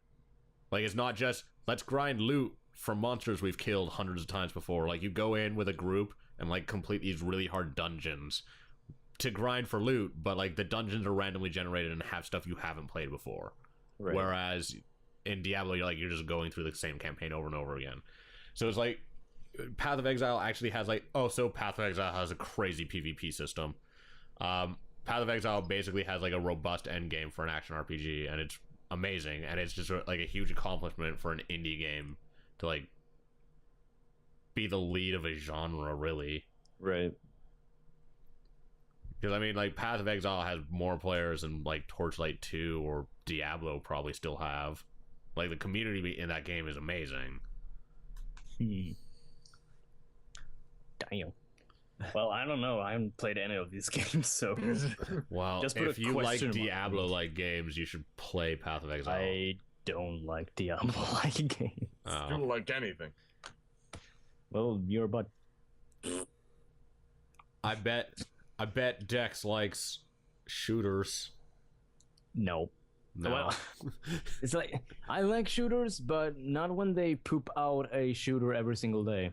Yeah. I bet you like dating sims. Come here, you. Come here. Game of the year. Sim Girl 2. Sounds fair.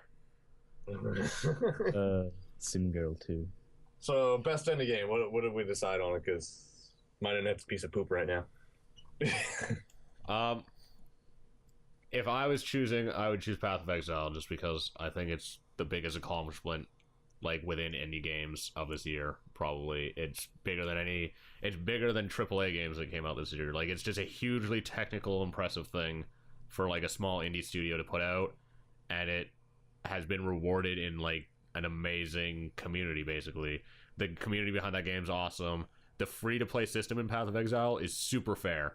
All you can do is buy bag slots, except that they give you like a lot of bag slots, and you can buy character slots, but they give you like 10 character slots to start with. So actually, you can't even buy bag slots. You can buy stash slots, like for your stash between characters, but they give you like 6 of them to start with. So like, the game is just super fair, and I think people buy stuff for the cosmetics in that game just to like try to support it, because there's no reason to buy anything in that game. Like, they never force you to, but they also don't sell anything that's like useful.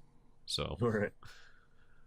I don't know. I think Tyler kind of agrees with that, if I'm not Yeah, wrong. I would agree with that. Path of Exile. Question mark. Yes, Path of Exile. Question mark. If you're into games like Diablo, like even a little bit, if you have like a passing interest in Diablo, you should play Path of Exile, because it's just really, really good at that. Like, it's better than Diablo 3. I would say it's probably better than Diablo 2 in my opinion. I think it's like the best action RPG I've pretty much ever fucking played. Damn. And there's a lot of them. So, best AAA game. Hold on. Before we go on the list, I want to say this because I think this is hilarious. The fact that most of the games I'm seeing on this list are Nintendo games. Except I didn't for one. play a lot of not Nintendo games that I liked this year. Well, I mean, like everyone's like, oh, Nintendo. As far as AAAs go, I don't think I played any AAAs this year that I actually liked. Yeah. For me, it goes like, oh, Nintendo's for kids, Nintendo's for kids. The Wii It U, was fun. the Wii U, and the 3DS are probably the only game systems that are game systems at this point. PC, man. I mean, The Master Race. PC Master Race. Because you I mean, can use it for a bunch of other shit, and it has really great AAA games. It has all the AAAs at this point, because Sony and Microsoft are just ignoring the fact that releasing on PC does not make your game exclusive anymore. Yeah. They're just Titanfall, exclusive, comes out on PC. I mean, like in terms of consoles, like the Xbox. First of all, the Xbox One's a joke. And if you ever see my rant, you'll know. And as much as I want to like the PS4, right now it just seems like it's a Facebook box. The PS4 is worse than the Xbox One right now, in the fact that the PS4 has no games, and at least the Xbox One has Killer Instinct, which is supposed to be okay. The thing is that Killer Instinct is like the best launch game between the two platforms, but it's just like an okay fighting game. So it's like, yep, should totally buy one of these. You see this, everyone? You see this, everyone? It's a gaming system. Buy it. It's awesome. So let's just run through this list. So Animal Crossing New Leaf, I put it in there because I think most people forgot that came out this year. Because I have it. people played it for like a month. I have it. Do you still log on every day and do your chores? No, I don't. No. I haven't touched it in like 4 or 5 months. That's soon- yeah, exactly. And I'm afraid of turning it on. Same. Like all of the villagers will just be dead and living in squalor. Yeah, that's what I did before like Pokemon X and Y came out, I set like my ordinances to like originally I had it illegal to be poor in that town, and now I set my ordinances before I left to like always have a beautiful town, so at least nothing's rotting. But all my neighbors are probably gone. There's probably a shit ton of work piling on my desk, and you know what? That You can portal, never go whatever the hell back. it is. Yeah, I can't. I can't. Because I'll just feel bad. So, yes, Yeah. Animal Crossing New Leaf, Assassin's Creed 4, Black Flag. I've not played it. My friend is pestering me and playing it. It's like I can. The ship battling is really good. I think it's worth. so I've it's not heard. worth getting for full price, but this is the best Assassin's Creed game of all of the Assassin's Creed games. I played up to 2, and that was enough for me. I played half of one. then Yeah, I got I that think now. that If you they were played- never if you that played half of- amazing. If you But played half of 1, you played all of it. yeah, pretty much. The assassinating stuff is still really the same, but this is the most realized one. I think it's the best one within the franchise easily, and it's the only one really worth playing because it's actually fun. Plus the water and like the environments are just really good looking. It's nice to play a game that's not fucking brown. So Brown or gray. this one's green and blue. So, The Legend of Zelda: A Link Between Worlds. I have a different opinion. I have a opinion that is very different from all the others' opinions about this. And it will be wrong. People will say that I'm wrong. Me and Rob had this discussion a few days ago, Yeah. and a lot of people say it's the best Zelda game since Ocarina of Time. No, man, Wind Waker. No, well, yeah, but I'm using Ocarina of Time as an example. Like it's the best Zelda games Majora's Mask. since 15 years back. Yeah, like it's great. It is good. It's very good, but to consider it one of the like best Zelda games since 15 years back, Problem. I don't think so. I don't think so. It's not as when I play a Zelda game, especially when you play the 3D ones, the 3D games like on the consoles, not on the handhelds. You get immersed into the story somewhat. You still want to know what's gonna happen next, but in this one, it's like A Link to the Past. You just read through a bunch of texts and then you keep on going to wherever the fuck you're going. But it's interesting that they're like, okay, here's a shop with a bunch of different items. Get what you want. Go wherever the fuck you want, and just go to whatever dungeon you want to go to. That's cool. I think there's like a lot that. of nostalgia behind that game, and like Yeah, that's one of the reasons why people really like it, because they're like A Link to the Past, because there's so many like references Yeah. to A Link to the Past. We're like Well, it's the like same a world. fairy was here in A Link to the Past, so here's like a health Yeah. potion. Yeah. There's a Majora's Mask on the wall of the Yeah. island. I saw that. My thing, I haven't played it yet. I mean, like I said earlier, my 3DS doesn't, like the trigger doesn't work, so I haven't been able to play many 3DS games this year. But I like it because like from what I've seen of it, it sounds like Nintendo was listening at this point. Because after Skyward Sword, which I seem to be the only person in the world that liked Skyward Sword better than most of the other Zelda games. And you Leave. I now. I loved Skyward Sword. I loved it. I will straight up say it. I will defend that to my fucking grave. I love Skyward Sword. waggle controls. Waggle controls are awesome. But like with A Link Between Worlds, like a lot of people were saying, I saw it all over the internet since Twilight Princess.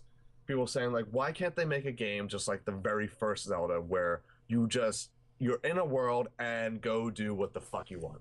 Go, if you want to do Dungeon 6 first, you can do Dungeon 6 first. It's an open world you can go and explore and do shit with. And like, I mean, like, yeah, you need to go to the shop and get like the items. But like from what I've seen, like they're not really all that needed. Like you don't like okay, put it this way. You go into a dungeon and Well, you need specific items to do specific dungeons. Oh, right. Like let's put it this way. Like you need like okay, I'm gonna take Twilight Princess because they had some of the most useless items. You go into Twilight. You go into You go into the. You go into Twilight Princess and you get that little top spinning thingy, and you use it. For, it is awesome, but you use it once. No, you use it to get to different areas. You use it for that dungeon and maybe to get a piece of a heart, and then you never see it ever again. You never use it ever again. The ball and chain, I've used that I don't know how many times to kill monsters, but I mean like in A Link Between Worlds, it seems like you know you go into a dungeon and you don't really need them. Like you can have them and they'll be nice to have to use on puzzles and stuff like that. It'll make shit easier, but you don't really need them to get around. And I mean, like, I take that as like Nintendo was like listening, but because I never actually played it myself, and only I haven't played all the way. I haven't watched all the way through it because I don't like spoilers. But from what I've seen, I mean, fuck, like. I could see why people say it's like a good game, but until go on.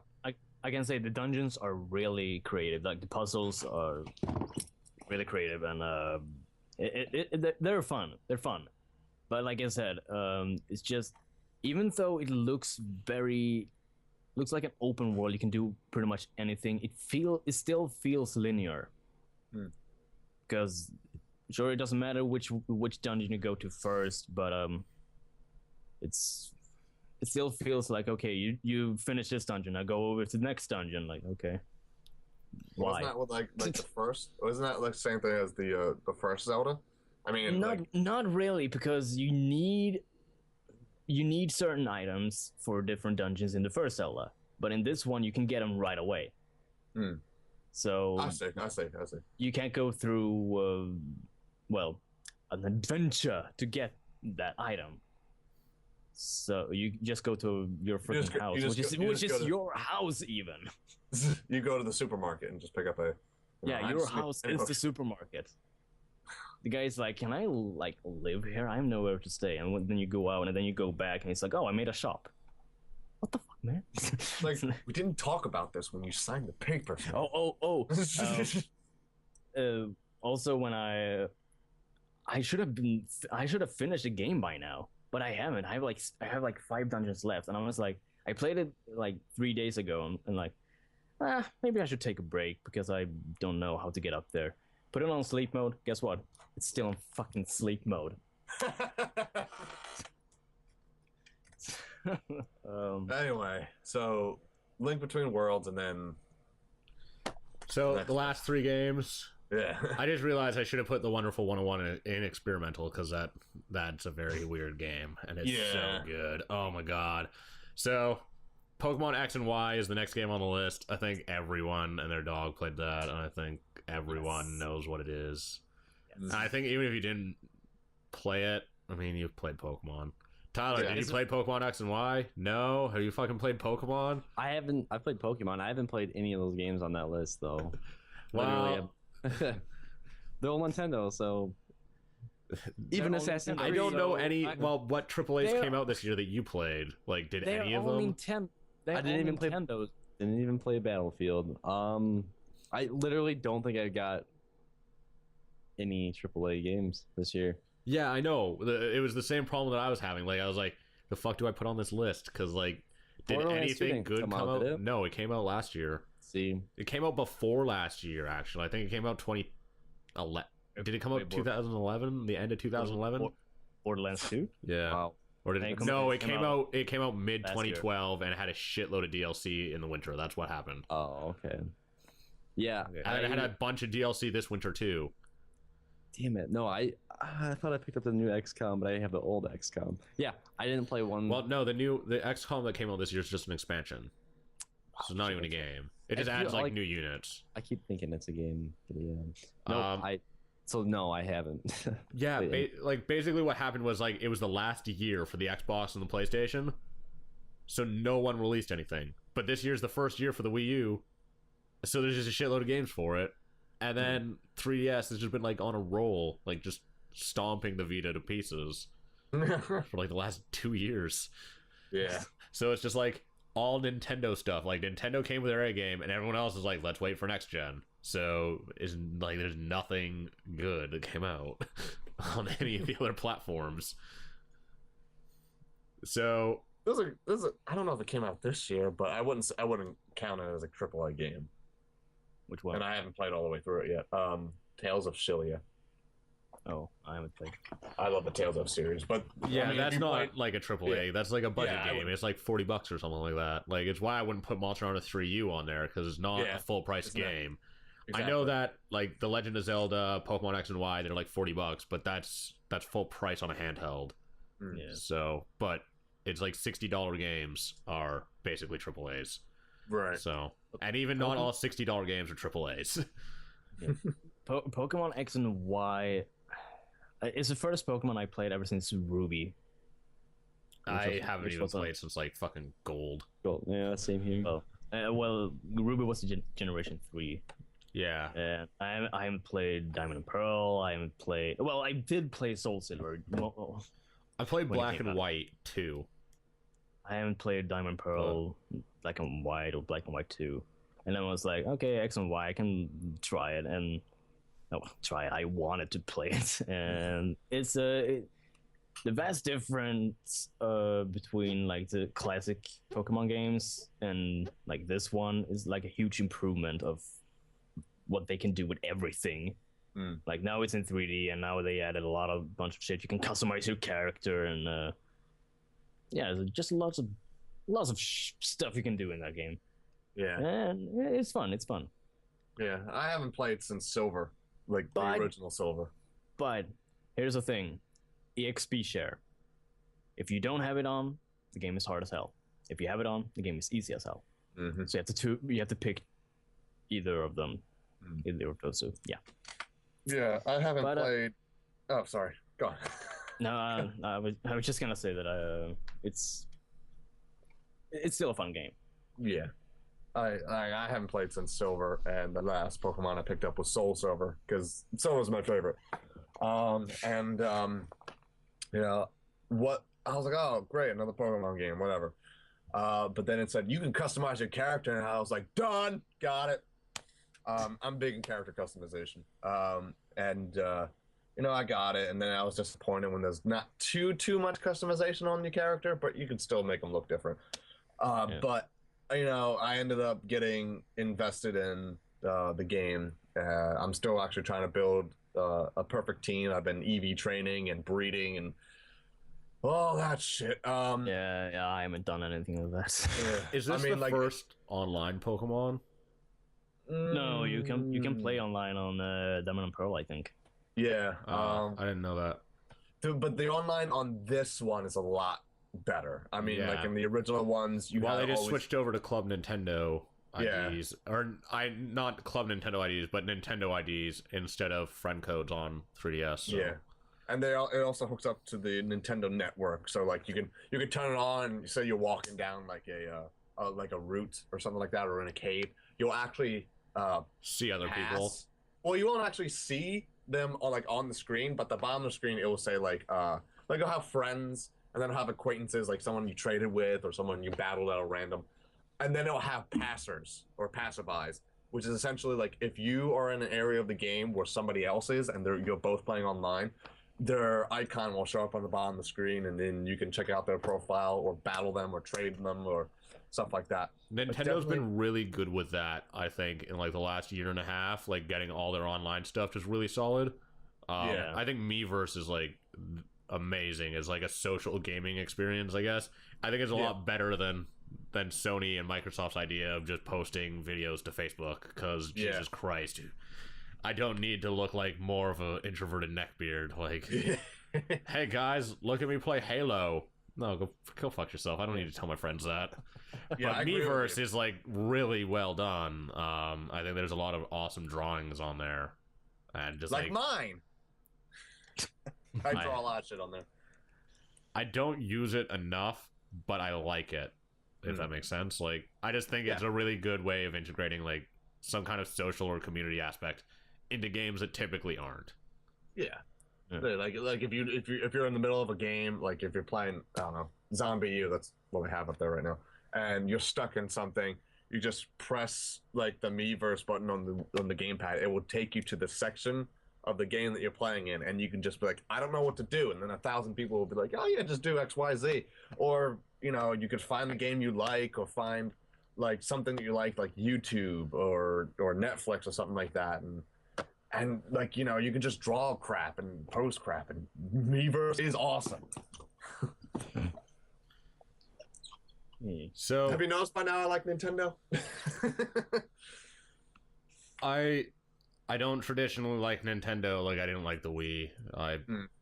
But I didn't like most of the games on it. I mean, I obviously liked Super Mario Galaxy because it was good.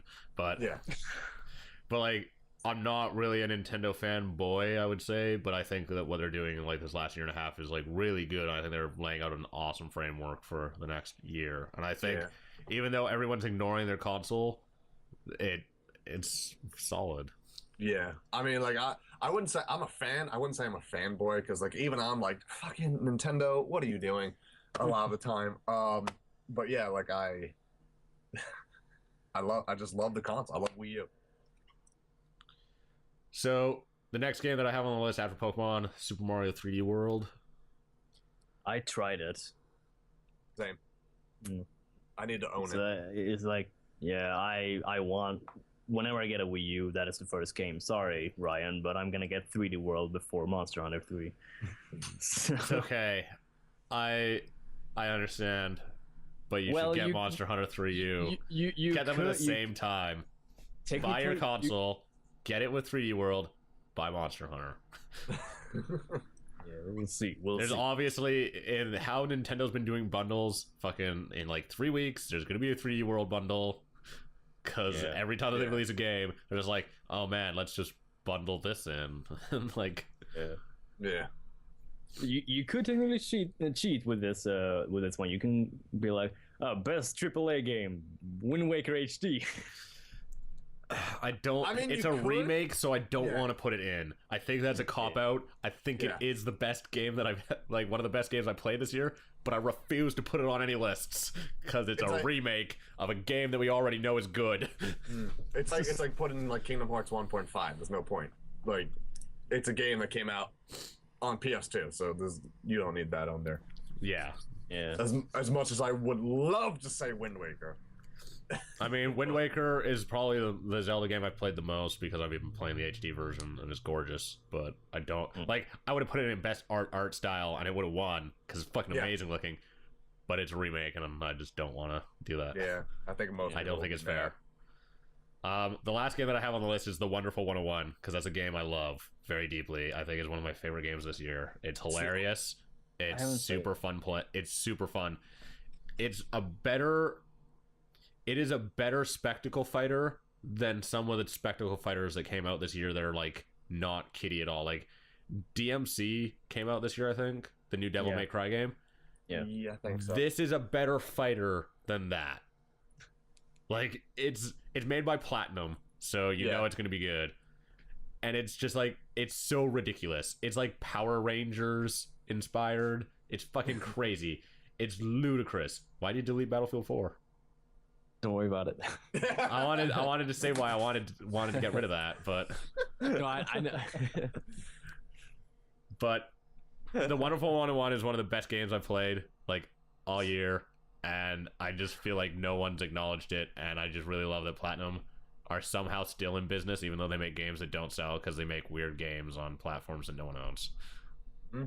But it's really, really wonderful, and you should play it. Wonderful 101. You play as you control 100 little superheroes, and they make big fists and whips and things, and you smash things to bits. And it's hilarious. And there's this all-male like choir singing just like the most ludicrous things, and it's just I feel like people overuse the word epic, but everything in that game is epic. It's amazing. And if you have a Wii U and you have the time or the money, you should buy it because it's so good. I don't think honestly that never the Wonderful 101 never really caught my eye. Not because like I'm not saying it's a bad game. It's just like the way that it looks like it plays. I was just like, I'm just gonna get confused real fast. It's more intuitive than you think.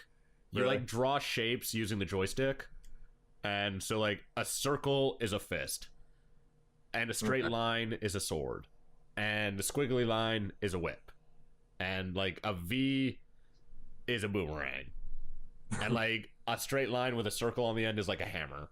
It makes more sense than you think it does, and it works really, really well. I don't understand. There were a lot of complaints about the controls in that game. People were like, oh, it doesn't register well and stuff like that. I never had a problem with that. I think they just don't. Just hating.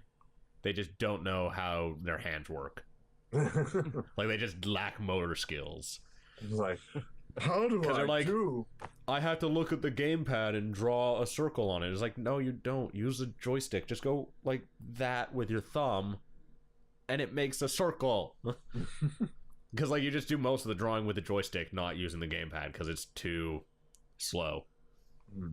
But that game is really, really good, and the controls are really solid if you can get past that. They're something you've never done before.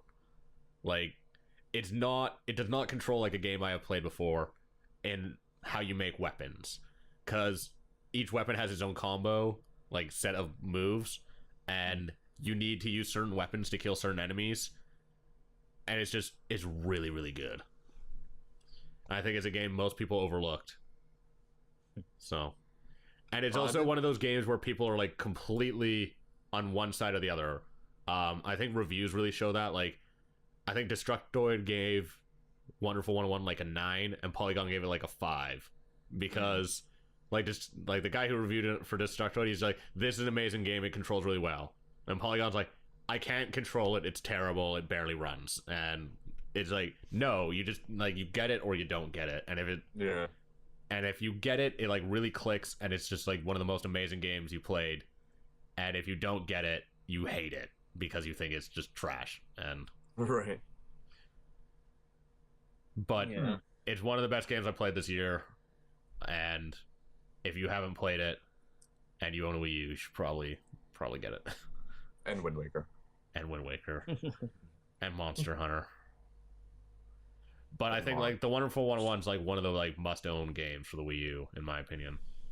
So now the question is, which one's the best AAA game? I would not pick either Link Between Worlds or Pokemon. Or Animal Crossing, for that matter. Oh, I put Animal Crossing there just to remind people that exists. It exists. I was really just going to use it to try to get rid of something else. Someone would be like, we have to get rid of Animal Crossing. I'd be like, we have to get rid of Pokemon. I would say 3D World. I would give 3D World that too. I think it's like the perfect combination of like 3D Mario meets 2D Mario. I think it's one of the best games Nintendo's done in a really long time. Wasn't it made by the same team that made Galaxy? No. Or yeah, I think it is. It did the same team that made Galaxy make 3D Land. Yeah. And then yes, it's made by the same team that made Galaxy. Well then yeah, it's definitely gotta be good. It's a lot like 3D Land if you played 3D Land, except they've like polished it up and just added a lot to it and made 3D Land's a great game, but they made it an amazing game on Wii U just because like extra power, just more stuff. There's only I mean like I play Super Mario 3D World. I want to own it. And from what I played, it's something I'm just like if I were to make one complaint, if it's compared to Mario 3D World, I mean Super 3D Land, whatever, the 3DS one. My own complaint was I got like 100 lives in 3DS thing in like this hour. One's hard in the last 4 worlds. Good, because like I never died. Here's the thing about 3D Land, and I think your complaint's not correct about 3D Land. 3D Land, just like 3D World, all of the levels in the all of the not hidden levels or secret levels or bonus levels are easy. That's true. Yeah. I think the first three or four worlds of 3D World, super easy. But there's a ton of bonus levels and like hidden levels in both 3D World and 3D Land, like that you have to unlock through basically like completing the game. Right. They're all really goddamn hard. Good. And it's like that in 3D World and it's like that in 3D Land, but you have to go for that completion rating. I did complete 3D Land completely, like special levels and everything. Yeah, me too. But I mean, if that's the way, if 3D some of those World, or some of those like secret levels in 3D Land are really hard. I would say the last special world game, I actually died in it, but I just hope 3D World is definitely harder than 3D Land, like all around. Because I want that Super Mario 3 challenge. And they totally like psych you out. You get to the castle world, like you get to Bowser's Castle as like world 4 or some shit, and then beat him, and there's like 4 more goddamn worlds. It's like, what the fuck's this shit? I beat the game. Yeah, you're like, I beat this game in like 2 hours. The fuck is this? And it's like, oh no, you're only halfway through the game, and now all the levels are hard. That is good. I like that. Yeah. So I think we agree. 3D World. 3D World. Yeah, I would give it a 3D World. I don't think Tyler played any AAA games this year. Well, he doesn't have a say in this. To be fair, if I was only playing on PC, much like Tyler is, I wouldn't have played any 3D or any AAA games this year either, because there weren't any good ones. Yeah. 3D World. I guess that leaves us in our last section, Game of the Year, which Tyler had put Battlefield 4 on and then deleted. More as a joke because I knew that would not make it anywhere. Yeah, I was gonna say EA's getting sued over how bad that game is. It can't be Game of the Year. It's so broken, it's unplayable. Like, they are literally being sued. Fun thing. I played yesterday. I managed to play through 3 maps, or 3 matches, 3 rounds, whatever, and I never crashed. What a fucking miracle. You might have set a record. God must love you. I did set a record. Because they said they patched it up, whatever. They've been saying that every single time. Like, we're gonna patch it out and fix some crashes. Yeah, sure. They're working on DLC for that game. Fuck those guys. Can't release DLC for that goddamn game. Well, Same thing as Rome Total War 2. You can't. That game is still incredibly broken, and they have the audacity to fucking release DLC for it. Game barely fucking runs. Why don't so people broken. just finish games before they release them? We have to have a Battlefield every year. Just finish the game. Damn it, just finish it. Like, don't like release it and then say like, oh, we'll fix everything in patches. No, beta test the hell out of it, finish it, and release it. I don't want to turn this into a rant. There's some stuff though that can't really be beta tested, like that was definitely broken with Battlefield 3, not necessarily 4, but like you get millions of people around the world trying to access your game servers, and like, you can't fucking prepare for that. Healthcare.gov. But yeah, Battlefield 4, what a fucking mistake. Jesus. I'm happy I didn't buy that yet. I'm gonna get it eventually if it ever gets to a state where it's playable. We had a discussion about Battlefield 3 last time. Yeah. And I played Battlefield 4, like the beta, and it was fun. Yeah. But fucking the game does not run. It's like what's there as a game is good if they can get it to run. Yeah, if they get it to run without any fucking crashes and so forth. The 4th one is better than 3. I actually enjoyed this time. Yeah, I really hated the 3rd one, but this one is actually fun to play. Well, they added in like all the squad stuff that was in 2. Yeah. So it's like a team game again. Yeah, it's more of a team game than a lone wolf game. Yeah. And Challenge accepted.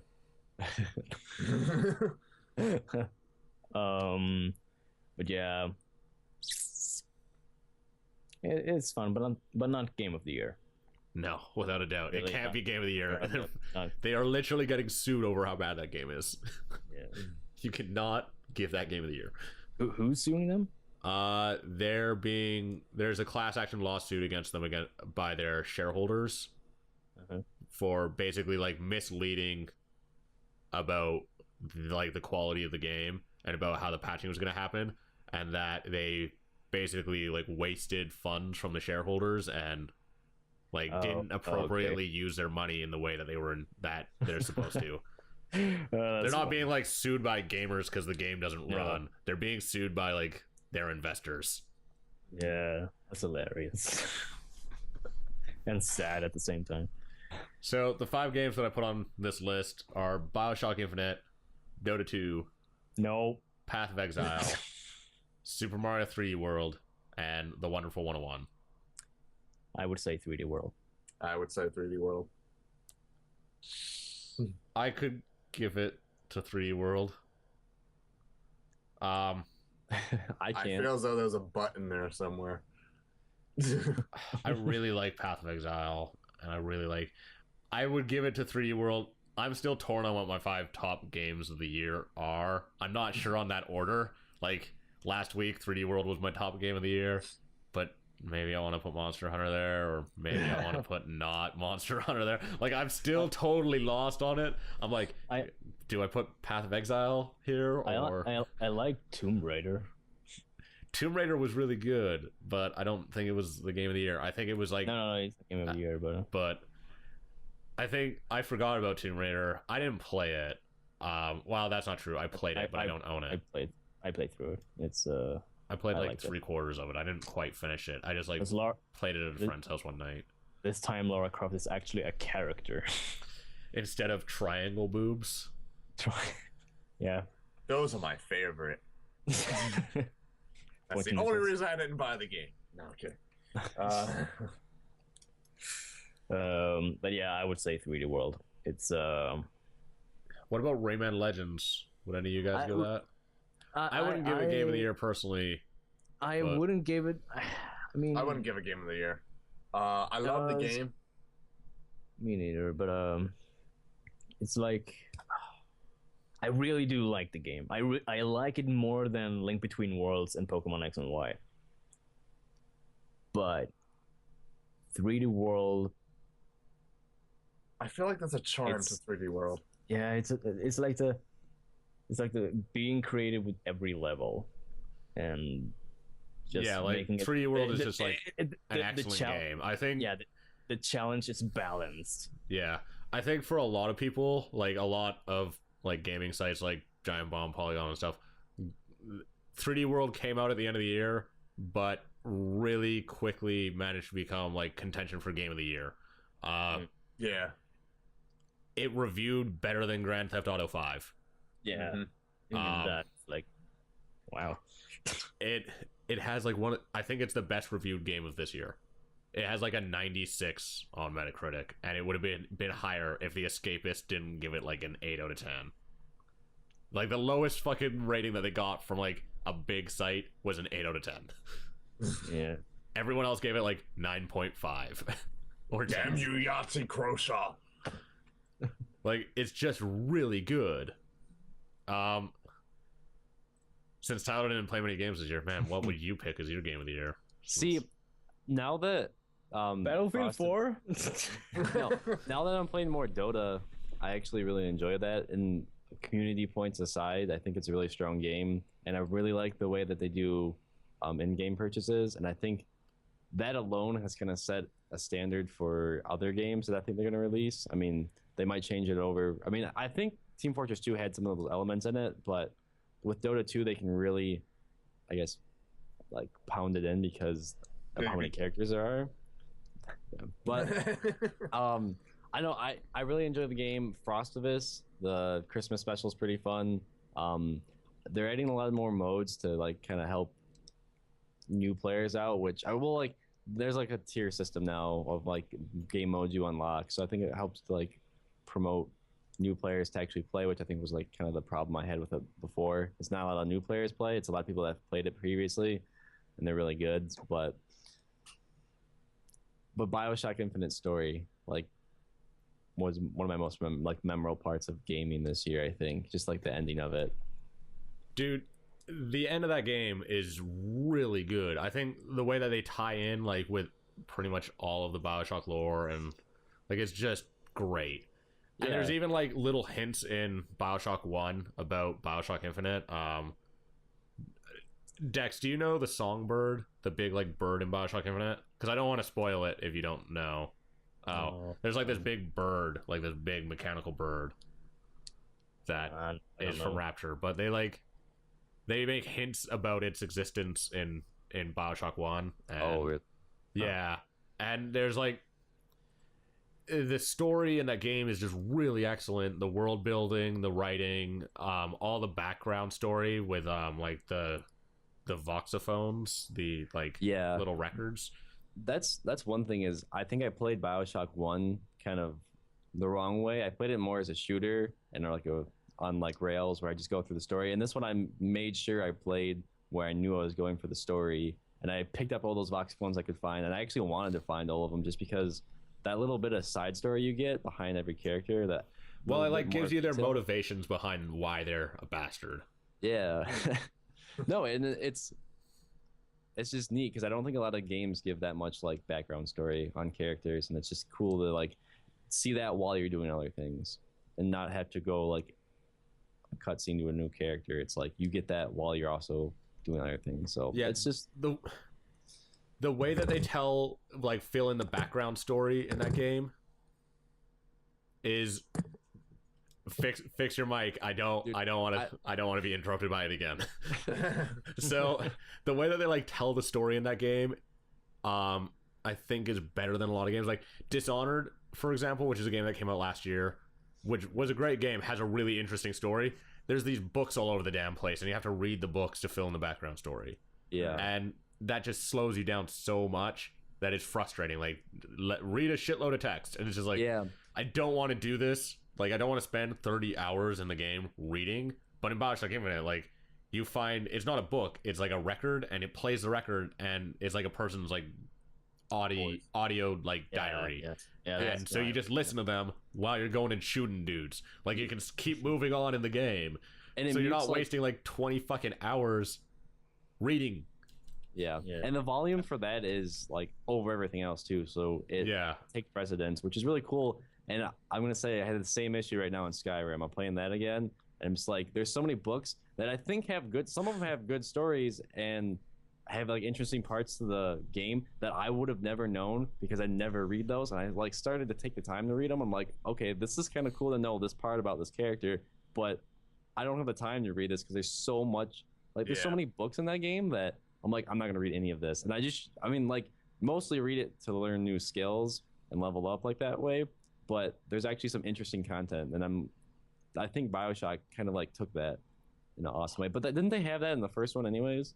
Like those records that would play, or was that? Yeah, they did. Okay, I remember that. So. Yeah, that's really cool. No, but now that you mentioned Dishonored, I just want to say I liked that game. I really did like that game, but I sucked so bad at it.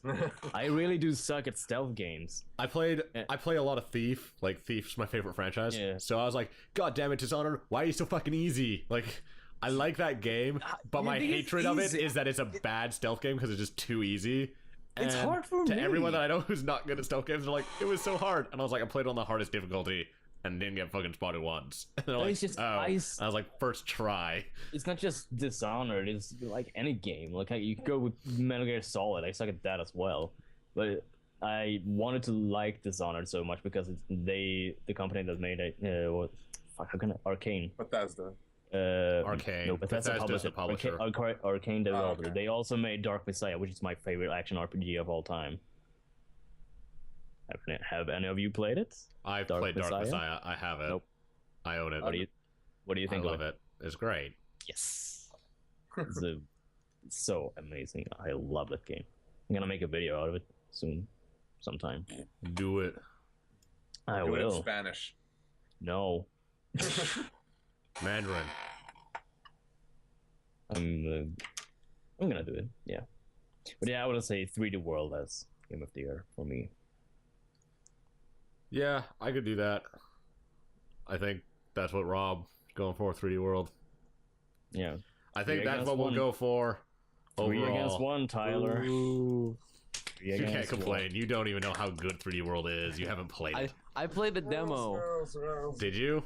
Yeah, Oh. You see. I frequent Best Buy, and that's all I do there. Let's play the Wii U demos. Oh, you're interested in buying it, sir? No. Yeah, no, leave me alone. I'm just having my fun. You're gonna have to buy it when Super Smash Bros comes out. Yep. So. See, that's I want that game. I don't know. I'm probably gonna wait to see what people think about it and then get it. Cause with Brawl, totally disappointed. I don't want to be disappointed again. And I'll probably play it before I actually buy a Wii U. Disappointed by Brawl. I didn't like it. Reggie confirmed. Okay.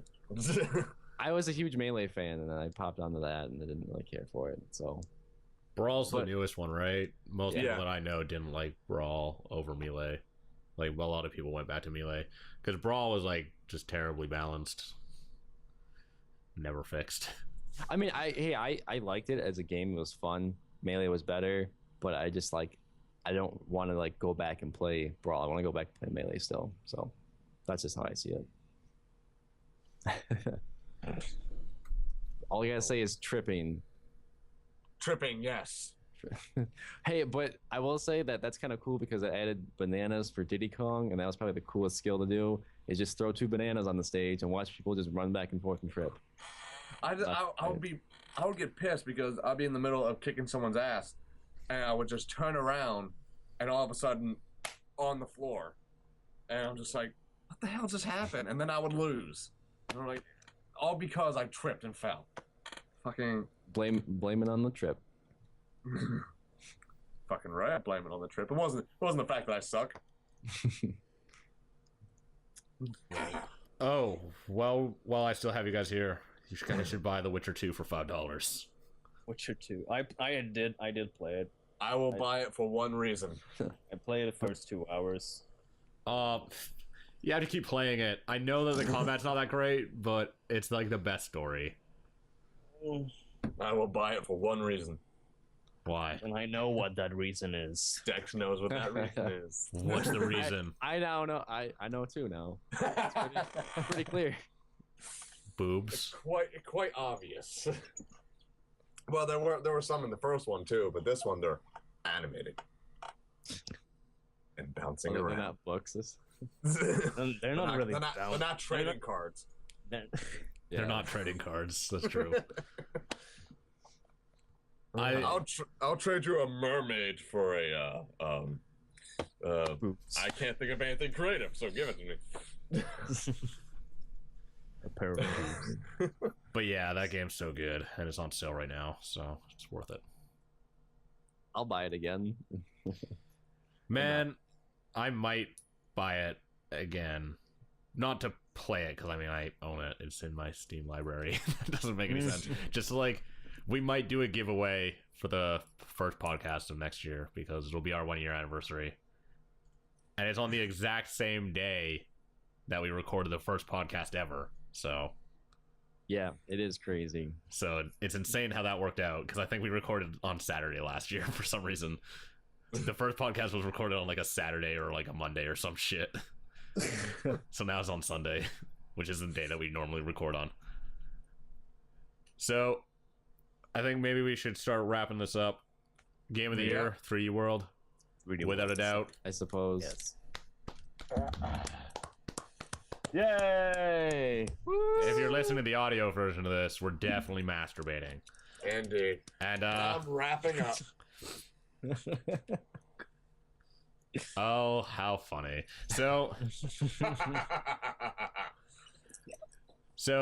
thanks Dex and Rob for coming on, helping us get through this list. Yeah, no problem. No problem. We couldn't have done it without you. We would have forgot. Damn right. All the good Rayman games. Legends. Sure, forgot Rayman Legends and Stanley Parable. Stanley Parable won everything. But thanks guys for coming on, and hopefully we'll have you back sometime in the next year. Yeah. Look forward to it. Yeah. So thanks guys for listening. This has been the 43rd episode of the Dapper Gaming Podcast with me, your host Ryan. As always, Tyler, Dex down there, Rob over there. Rob looks so strange because his camera's all pixelated, so it's just like making his eyes not have like irises in them, so they're just white. It's really creepy. And thanks Rob for coming on from Happy Waffle Gaming. Thanks for having me. And thank you for listening and or watching. Or You're all both. beautiful.